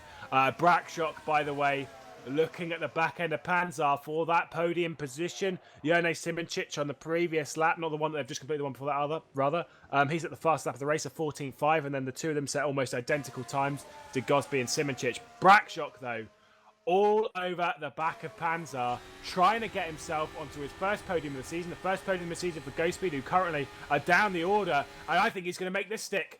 Down into the hairpin, heavy on the brakes, late on the brakes for Panzar, trying to make something stick. Is he going to go for the cutback? No, he is not. Janis Brakshock onto the podium. Wow, what a decent drive there for Brakshock so far. 20 laps to go in this Grand Prix, and he is putting a stop to the ACR lockout on the top steps of the podium. And look how he's pushing. He's already putting a gap to Roman Panzer. I said earlier, the ACR cars need to keep Brakshock without the DRS window to not give him a chance. And now Simoncic decided it's time to win the race, got past Panzer and is pushing. Panzer, vulnerable, without DRS, couldn't keep Brakshock behind. As soon as Brakshock got within the DRS range, he just went past him and was chasing after Yanni Simoncic. Yeah, wow. We'll see what Brakshock can do then once he's passed Simoncic. That's a purple final sector. Jeffrey Fournier sets a purple first sector. A lot of drivers trying to come alive here at the moment. Jeffrey Fournier looking at the back of his train. The one that he headed not a few laps ago. Currently in 9th position is the Frenchman, trying to make something stick, trying to get back up towards 6th position, which could become 5th if Michaels comes into the pit lane once more. Brakshock well ahead of Panzar, enough to keep that position, that podium position at the moment. Valeriano now into the pit lane at the tail end of the field. He's already last. He's just even more so now as he comes in potentially for his final pit stop of the race. Burlak rather. Oh, no, not quite close enough. Peter Burlak not quite close enough to get up past Mocek, but keeping Kraus at bay for now. I just don't think that Edgy Sports is fast enough in a straight line to take on the ACR. The only one in this quartet who really did show some decent straight line speed earlier on in the race was Jeffrey Fournier. But is he going to have to pay the price and save some fuel after that early leading of this? Well, it was quintet at the time. I think it was 7 of them at the time when he was leading. Wasn't able to save any fuel then. Is he going to have to save fuel now? Maybe he can, maybe. I'm just thinking about Steve Michaels. He's still pushing hard. He's going faster than everyone behind him, so I'm pretty sure he's trying to push as much as possible to go on the super softs in the end, and then just push and overtake them. Because he pitted so early, he knew he couldn't take the mediums to the end. That's what I'm guessing right here. Well, he started this race on the soft compound tyre. He did 13 laps on this soft compound tyre. Jone Simoncic, the person who's second in the race, did 15 laps on the super softs. So, yeah, I think you're absolutely on the money then. I think Stephen Michaels will do about another 10 laps on this. Will come in, either put on the soft compound tyre or the super soft, depending on how long's left of this race. If there's 7 laps, 10 laps, whatever. We'll kind of see how that one unfolds for them. Mocek has issues with his rear tire. He was getting attacked by Proliak a little bit. Had a terrible exit out of the hairpin. Lots of rear spin. Nearly lost the car.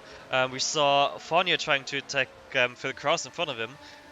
Even had the DRS, but Phil Kraus just drove away on the straight. Maybe a bit of engine mix there, maybe a bit of quality boost, but Phil Kraus had a massive top speed. Yeah, potentially struggling on the rears. Obviously, there's a lot of traction zones around here, particularly out of the hairpin, where you really have to look after those rear tyres, because if you don't, you're going to have some problems.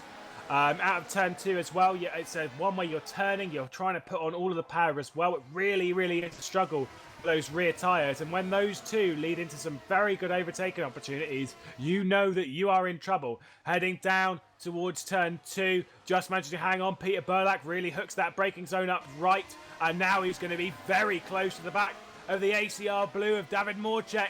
Heads into the DRS zone. He's closing down into the hairpin. I think this is going to be a nice, easy one for Peter Burlak down on the inside.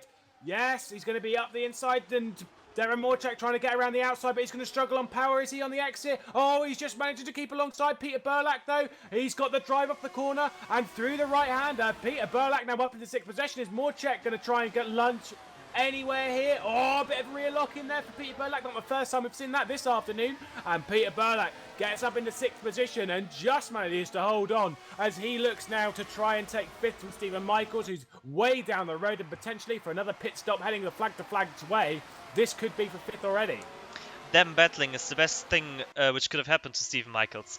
This is costing them a lot of time, and Stephen Michael needs to gain as much time as possible. He needs them to wear the tires out. Oh, Phil Cross very wide on the last turn. This will give Fournier an opportunity into the next DRS zone, attacking him.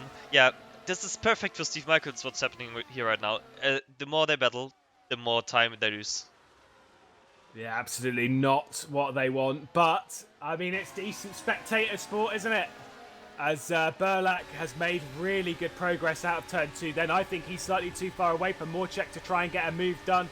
Philip Kraus as well, not quite close enough. And Jeffrey Fournier, they're all just spread out enough for no moves to really happen. Whilst this is all going on, FYI, P10, Jos Araneda is closing up to the back of this slot and really bringing himself back into the mix after that terrible lap earlier on. So he is right on the back of this slot. Really back in contention to move himself up the points-paying positions. We'll have to wait and see what the disciplinary committee will rule on some of those earlier incidents on that lap where he made two rather large mistakes.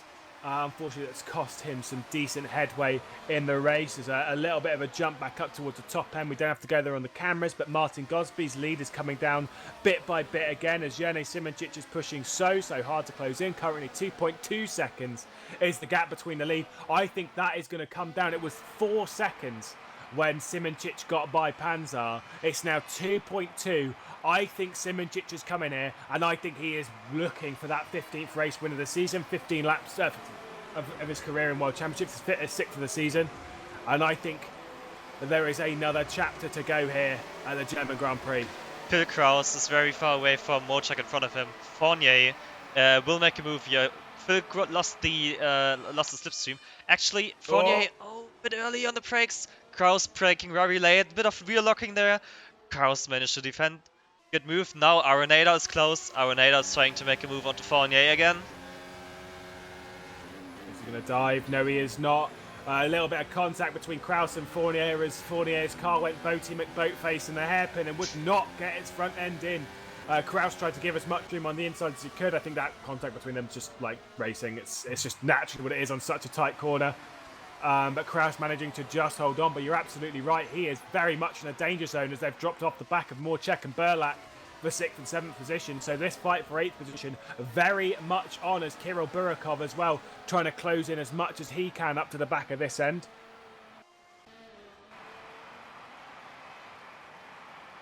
They're so committed through turn 1 though.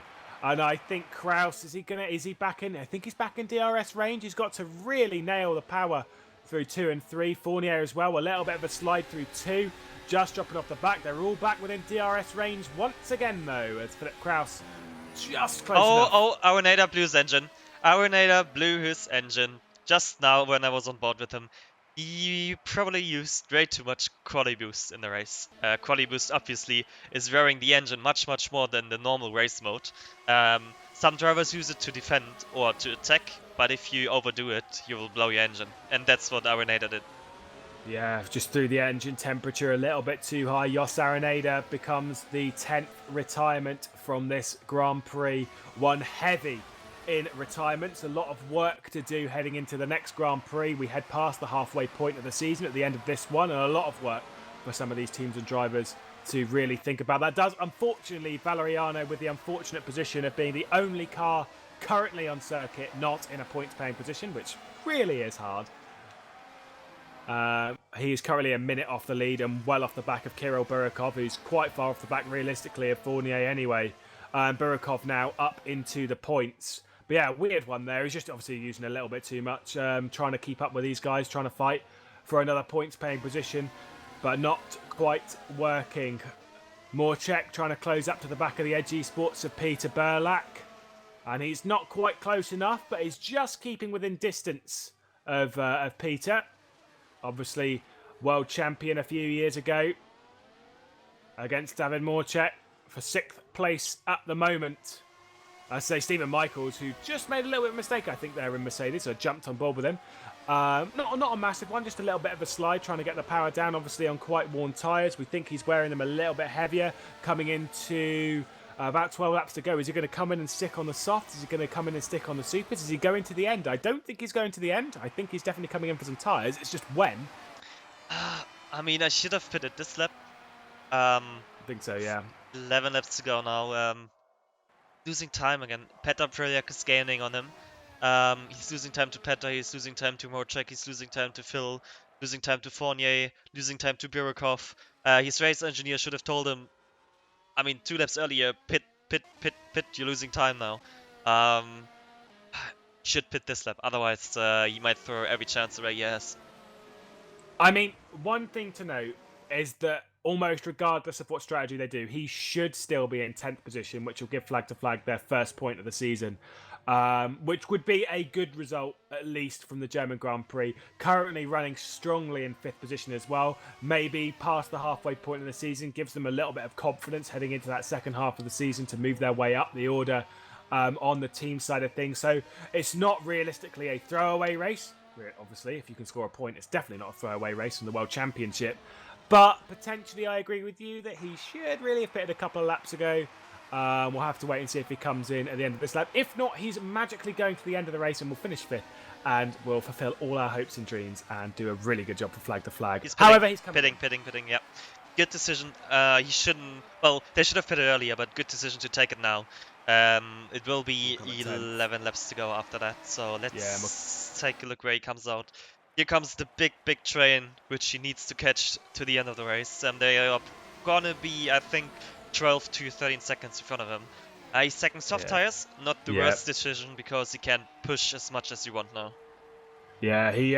One thing to note importantly about Stephen Michaels is realistically now he should get the fastest lap of the race, obviously coming out on these tyres at this point, unless Valeriano decides to stick on supers, because what the hell at the end of the race. It wouldn't be the first time this season, though, that Michaels has set the fastest lap of the race. He set the fastest lap at the Azerbaijan Grand Prix earlier in the season, the 3rd round of the season. So, you know, there is that. It'll be the second time he does that this season.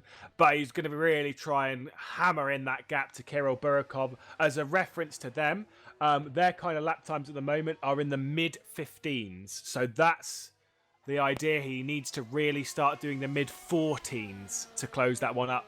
The fastest lap of the race at the moment, 14.502, in the hands of Jerne Simoncic when he's been trying to close that gap down to Godspeed, which is currently at 1.9 seconds. Don't forget, he did a 15.1, 20 laps ago on mediums. So, realistically, on softer tires with 20 laps less fuel, he could and should do mid-30s. Oh, Kraus in pit lane. Kraus is in the pit lane as well. Oh, I think he started on the mediums and has just come in for his second. No, he started on the softs, doing the same kind of thing that Michaels is, just didn't quite do it as quick. That's well, mediums. Oh no, super softs for him. Yeah, I mean super softs are not a bad call, but bit late to pit for him, to be honest. But yeah, leave mid-13s. If he does mid-13s. Is 13 seconds behind Prelyak. That's 10 laps to go. 2 seconds a lap faster is what he needs, basically, to get past them. So, yeah. The problem is he doesn't want to wear out his tyres before he gets to them. That is the danger that you run when pushing this hard. Is you've got all of the pace to catch up, but when you get there, you have nothing to respond with. Naturally, you'd rather be there than not, but at the same time, Stephen Michaels is going to be throwing everything at this as he sets a purple first sector. Jerne Simoncic, by the way, has just set a purple final sector, 1.6 seconds. I don't think that purple final sector is going to stand for much longer as Michaels is going to be hammering through it anytime soon. So that purple first sector, a very good second sector, nearly a second quicker than the car directly ahead, Kirill Burikov, as he heads to the final. Oh! The two rights to the end. He just hooked it a little bit too much on the curb, managed to rescue it. It's still going to be the fastest lap of the race, I think, as he crosses the line of 14.004. Even with that mistake, still sets the fastest lap of the race. Yep, he did. But I think he needs to go a bit faster. I don't think 14 flats will be enough to get past them. So he ran. I'm just checking the sector times of Phil Kraus. Phil Kraus on his first super softs went 6/10 faster in the middle sector than Steve Michaels. So I think Steve has still a little bit of time in there. I think so too. I mean, we saw a couple of mistakes. There's already been one on this lap. He lost the rear end a little bit into turn 2. Philip Kraus behind sets a faster first sector than Michaels, but it's not a faster first sector than Michaels' previous lap. He's just closing in a little bit. But Michael's throwing everything he can at this. This is where he can gain through the second sector and through that final sector. In the second sector, again, he sets a pretty similar lap time than what he did in this previous lap. I think he's still looking after his tyres just a wee bit, just to make sure that they can actually get to the end rather than just going full quali sim. And he doesn't hook it on that curb very well done, so this should be an improvement on his 14.004 as he comes across the line. And it is a 14.008. It's not an improvement. What a terrible lap time. Only 3 thousandths.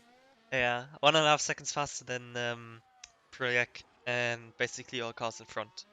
13.912. Yeah, Phil faster, but that's only 1/10 faster than Michael's on harder tires. So both doing good. I think, Michael should catch Burikov in front of him within the next 4 or 5 laps. But I don't think he has enough time to overtake all of them. So, let's see. Yeah, I say he's got to get to them with grip in hand. He kind of wants to get to them as well when they're all spread out just a little bit. Like he'd really want to catch Kirill Burikov before Burikov catches the back of Fournier, Morchek and Burlak, which he is presently doing, just not by very much. It's slow progress there for Kirill Burikov to get himself up towards that battle for 5th position. Stephen Michaels, though, putting in the drive of his World Championship career so far. Yet to score a point in 2019, currently in 9th position, so he's going to be scoring 2 of them. Could potentially be scoring more. More gap of that closing down, a 13.992. Very consistent times. His previous 3 laps all set within 100th of a second realistically, so all very, very close for Stephen Michaels, showing his control over the car. Way too quick though into T2 and has lost a little bit of time there, but potentially not too much. 5 seconds is the gap between himself and the next car. And I think he's going to be closing that one down at a rapid rate of knots. Not long to go though in this race. What he needs right now, Stephen Michaels, is that Petr Projek, David Morchek and Geoffrey Fournier start to fight again. They're very close to each other. If they start to fight now and lose time, this might be the chance for Stephen to get back into P5. And if he could, what a result for that team that would be. What a drive that would be. 41 seconds off of the lead though. But as I say, lots of good things heading flag to flag's way at the German Grand Prix. And as I say, potential for them to have a massive, massive boost in confidence heading into the second half of the season in 2019. At the front end, it's 1.3 seconds between Gosby and Simoncic. We're closing into DRS territory here with 6 laps to go at the German Grand Prix. Things are really heating up as Simoncic putting on the Bunsen burner on old Gosby over there. So we'll keep an eye on the teammates as we head into the final portion of this race. Oh, I think Michael's it sounds like he's struggling a bit more than I think he is. His last lap of 14.010. So again, very, very consistent times here from Michael, as Stephen Michaels as he's closing up. But I wonder if he is looking after his tyres just a little bit, so he's got enough grip when he gets there. Could be, yeah. But on the other hand, Phil Kraus on softer tyres doing the exact same lap time as him. I'm not sure. Fournier getting closer to Motrek though. So the battle for P6 and P5 is not over yet. Absolutely not. Neither is that battle for the lead as they come across to complete with 5 laps to go. 1.3 seconds. Once again, the DRS getting closer and closer for Jene Simoncic. We look back towards Fournier, Burakov as well, just closing up to the back of this. He's still not quite there. So again, Michaels needs to catch Burakov before Burakov catches Fournier. Otherwise, he's going to have a very hard time getting past this DRS train. Oh, no, it was just Arenado leaving the game. Never mind. I thought we had another retirement. We're okay. Ooh, bit of a panic there. Yeah. Martin Gosby's trying to pick up the pace. He's doing personal bests, but it's not as fast as Yanni at the moment.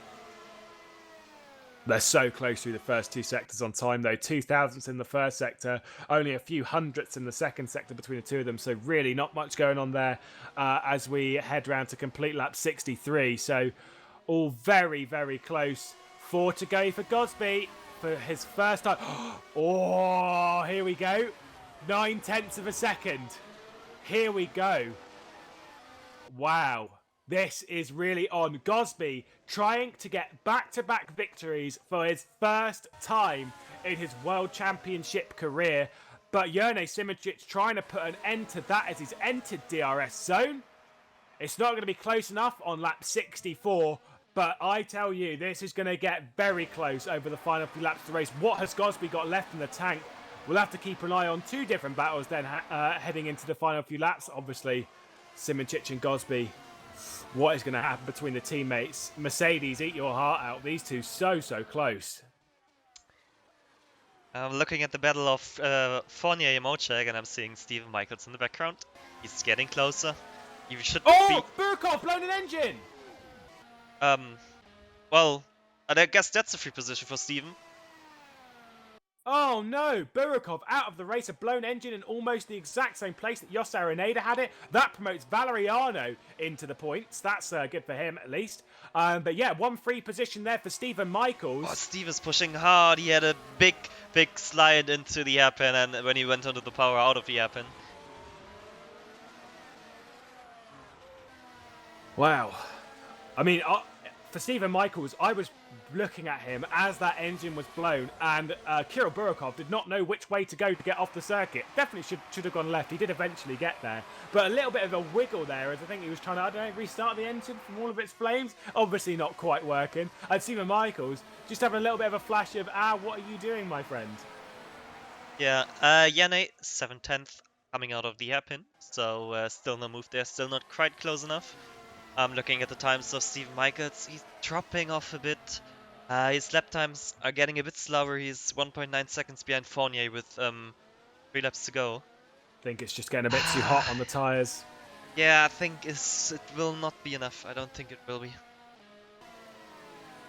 No, I don't think so either. But whilst they're all spaced out, he kind of wants to catch them pretty soon and try and get by if he can.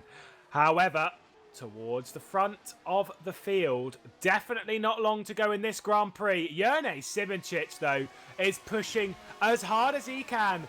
4/10 is the second between himself and his teammate Martin Gosby. Jerne Simoncic has spent the entire German Grand Prix saving fuel, saving tyres, making sure that when it comes to the end of the race that he has got the car in hand. He has had to overtake drivers left, right, and centre. He's had to overtake Panther. He's had to sit behind and sit in that battle for Panther for ages, looking after his tyres, seeing Martin Gosby disappear off into the distance. Gosby's just got the drive, though, out of that final, out of turn 2, that just manages to make him hold on. Is Simoncic waiting for the last lap? I don't know, but he's not got long to go as we head in towards that final lap of the race.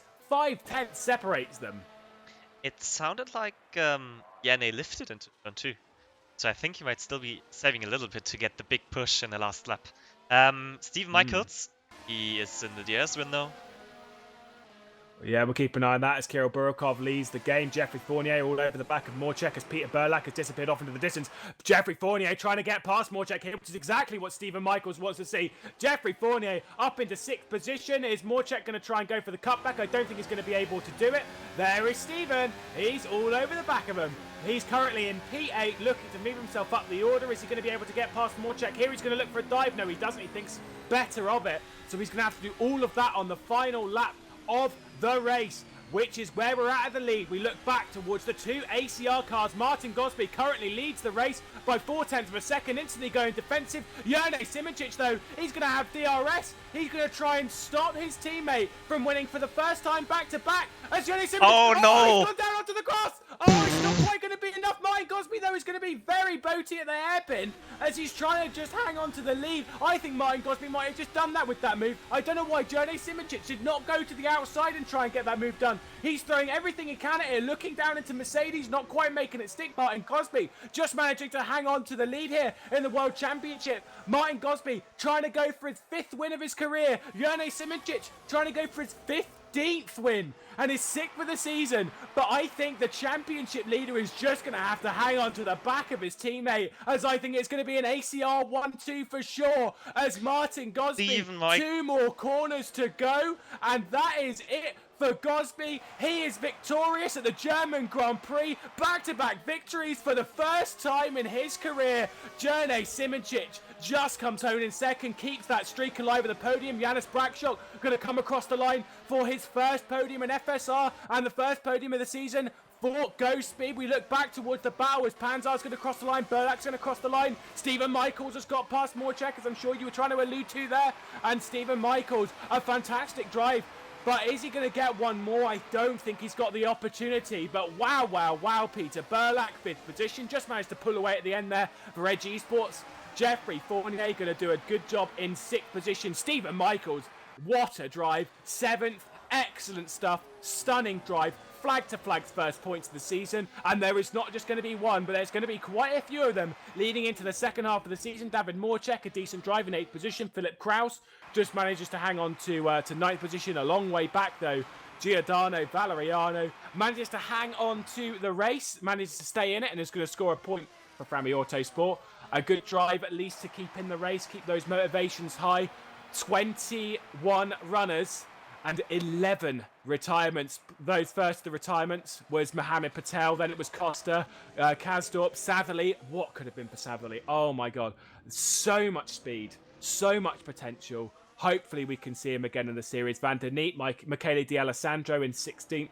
Obviously the retirement. And Eric Andre, Kish, Callas, Araneda and Burikov late in the race, that retirement. Those two going out down to engine issues. My word. What a drive from Gosby. Wow. I'm not quite sure what the move from the vintage was. Gosby was on the right side the whole time. I mean, Gosby did an incredible race. This kind of reminded me of the 24 Hours of Notchlife a few weeks ago. There we saw lead change on the grass down the Dattinger Höhe at like 280 kph. So yeah, but otherwise a great race from both of them. Good show in the last race. Gosby obviously perfect race start to finish, perfect qualifying, back-to-back victory. And I think Brakshock with the first podium for Gosby this year, if I'm not mistaken. But I'm not quite sure. But yeah, Gosby, Simoncic, the both championship leaders. Great race by them. Steve Michaels, obviously, last lap pass for P7, first points of the season for Flex to Flex SimRacing. So that's a good effort as well. Yeah, I think we had a pretty decent race here. I think we did. That 6 points is going to move him quite far up in comparison to his current position. So very, very good. I think Gosby has run out of fuel and has called the pit lane. I think someone just might have done as well. So those two pushing that to the absolute limit. But yes, what a drive. What a drive. Classic stuff here in the FSR World Champion. Hopefully we'll grab an interview with a couple of these in a moment, if we can. Definitely would like to hear why Simoncic chose the right-hand side, because that is an odd choice. Yeah, I don't know. I guess he thought that Martin would go back to the left side because the normal braking point is on the left. I don't know. There was never a gap in the first place, so it would be quite interesting to hear from Jerne what he thinks about it. Well, we'll try and get our way moved over onto have an interview.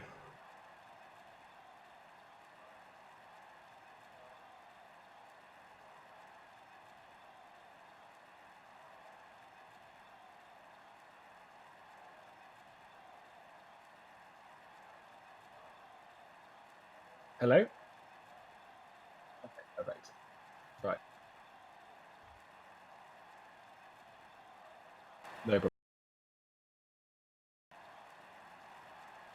Right, we should be back then on Discord where we'll get some interviews from the drivers and actually get a view in as to what actually happened in that race. The first person I'm going to drag in is going to be Jane Simoncic, and there's a reason for this because I want to do his interview first. I've got a very So we're joined by Jane Simoncic, second in the race, looking to take his sixth victory of the season. Unfortunately, his teammate beat him out this time. However, got that very important question. Looking into the final lap of the race, you're coming down into the hairpin against your teammate.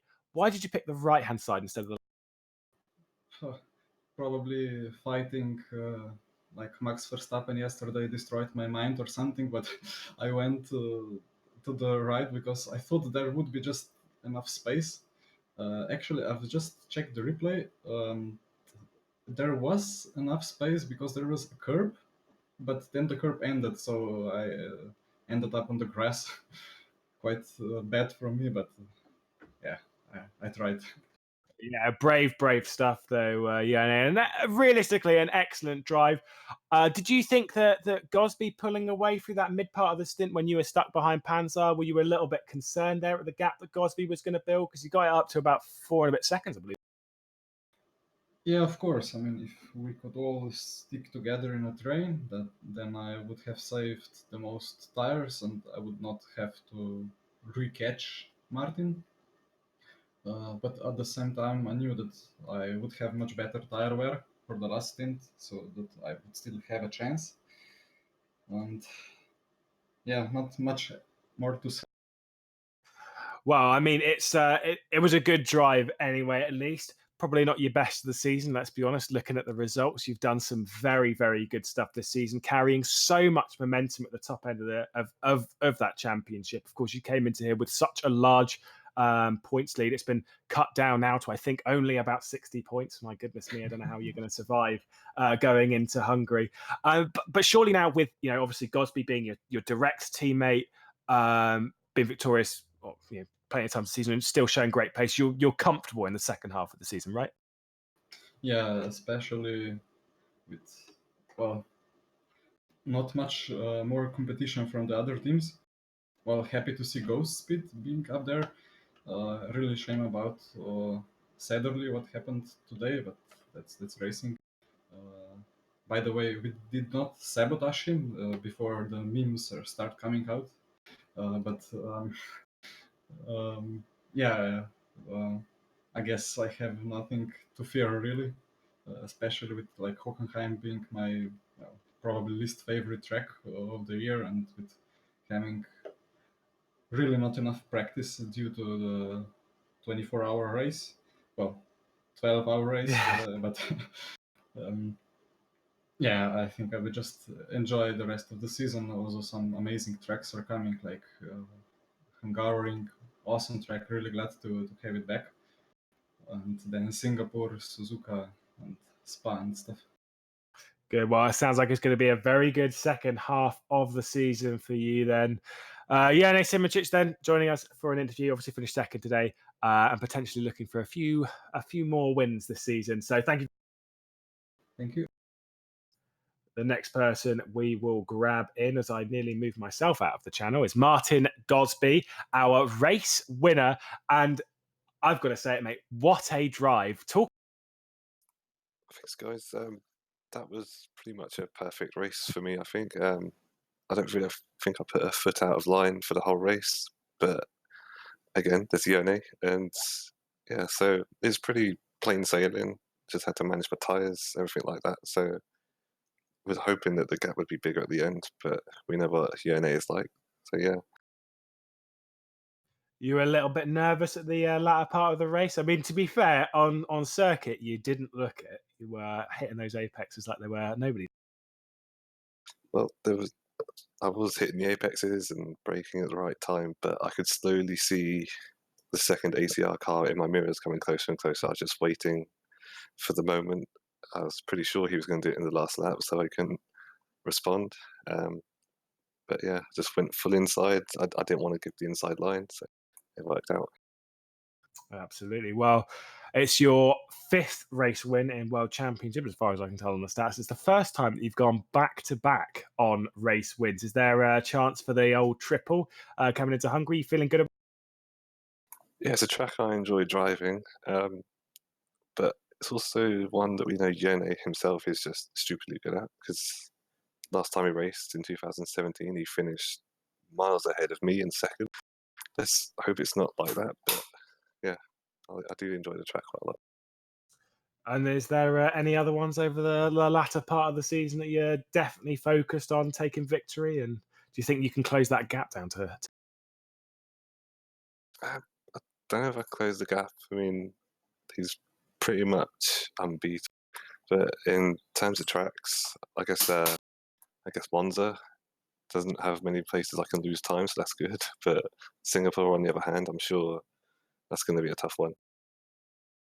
Yeah, definitely could be a hard one under the lights there. Singapore, obviously, one on high tyre wear.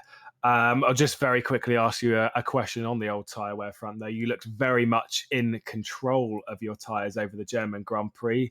So surely there are seconds. Hungary is a massive, massive tyre wear circuit. So that's got to give you a little bit of confidence because your tyres seem very much in. Yeah, it's completely different to last season. I don't know if he was around to see me destroying my tyres every single race, but here, in fact, I was more limited by rear wear than front wear, which was surprising. So yeah, Hungary might be similar with a lot of front wear. So if I can keep it off the fronts, that'd be good.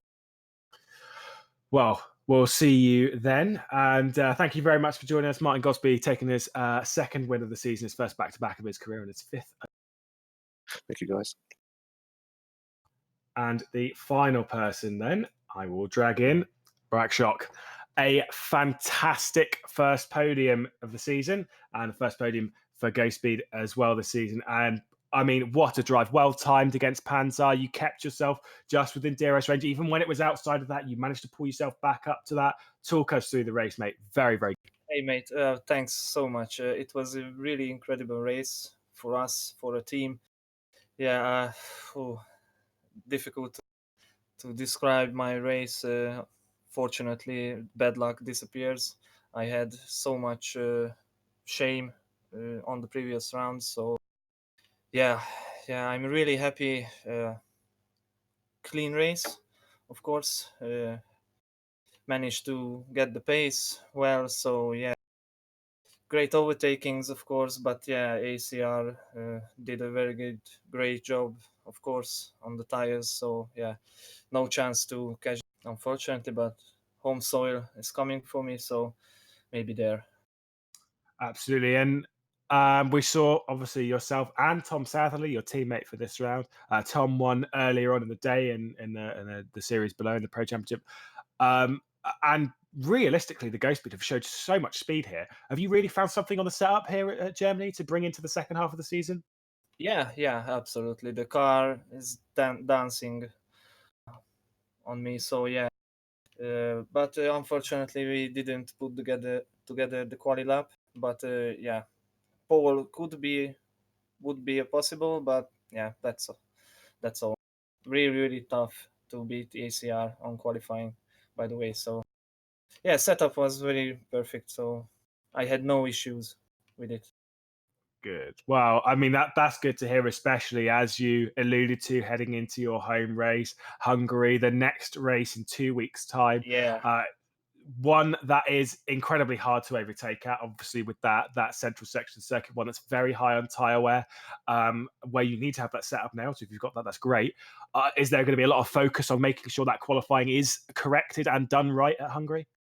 absolutely. I will try to snatch the pole and put the throttle all the way down. So yeah, a lot of testing will be coming for us to this Grand Prix. Yeah.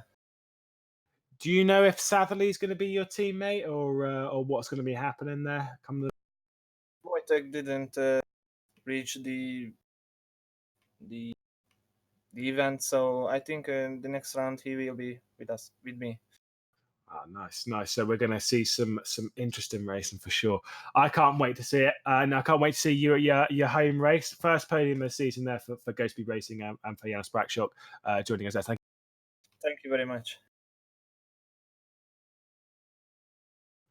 Right, and then that comes to a close. Peter, what a race! Yeah, I think we've seen an incredible race. Even though we had many retired drivers, we still had good battles up front, in the midfield, and also in the back. I think it was quite good entertainment for everyone, for the drivers, for the viewers, for the commentators. And I think we will have another cracking race in 2 weeks' time at the Hungaroring. One definitely hard for overtaking, one that we'll see quite a lot of retirements from, but of course the one that takes us into that summer break, so it's absolutely crucial. We've passed the halfway point, but the next one with that break, super crucial to get that going well. We hope you join us in 2 weeks' time for the Hungarian Grand Prix. So thank you very much for having me on the broadcast. Thank you very much for watching, and yes, with some more excellent racing, we'll see you in 2 weeks' time. For now, goodbye.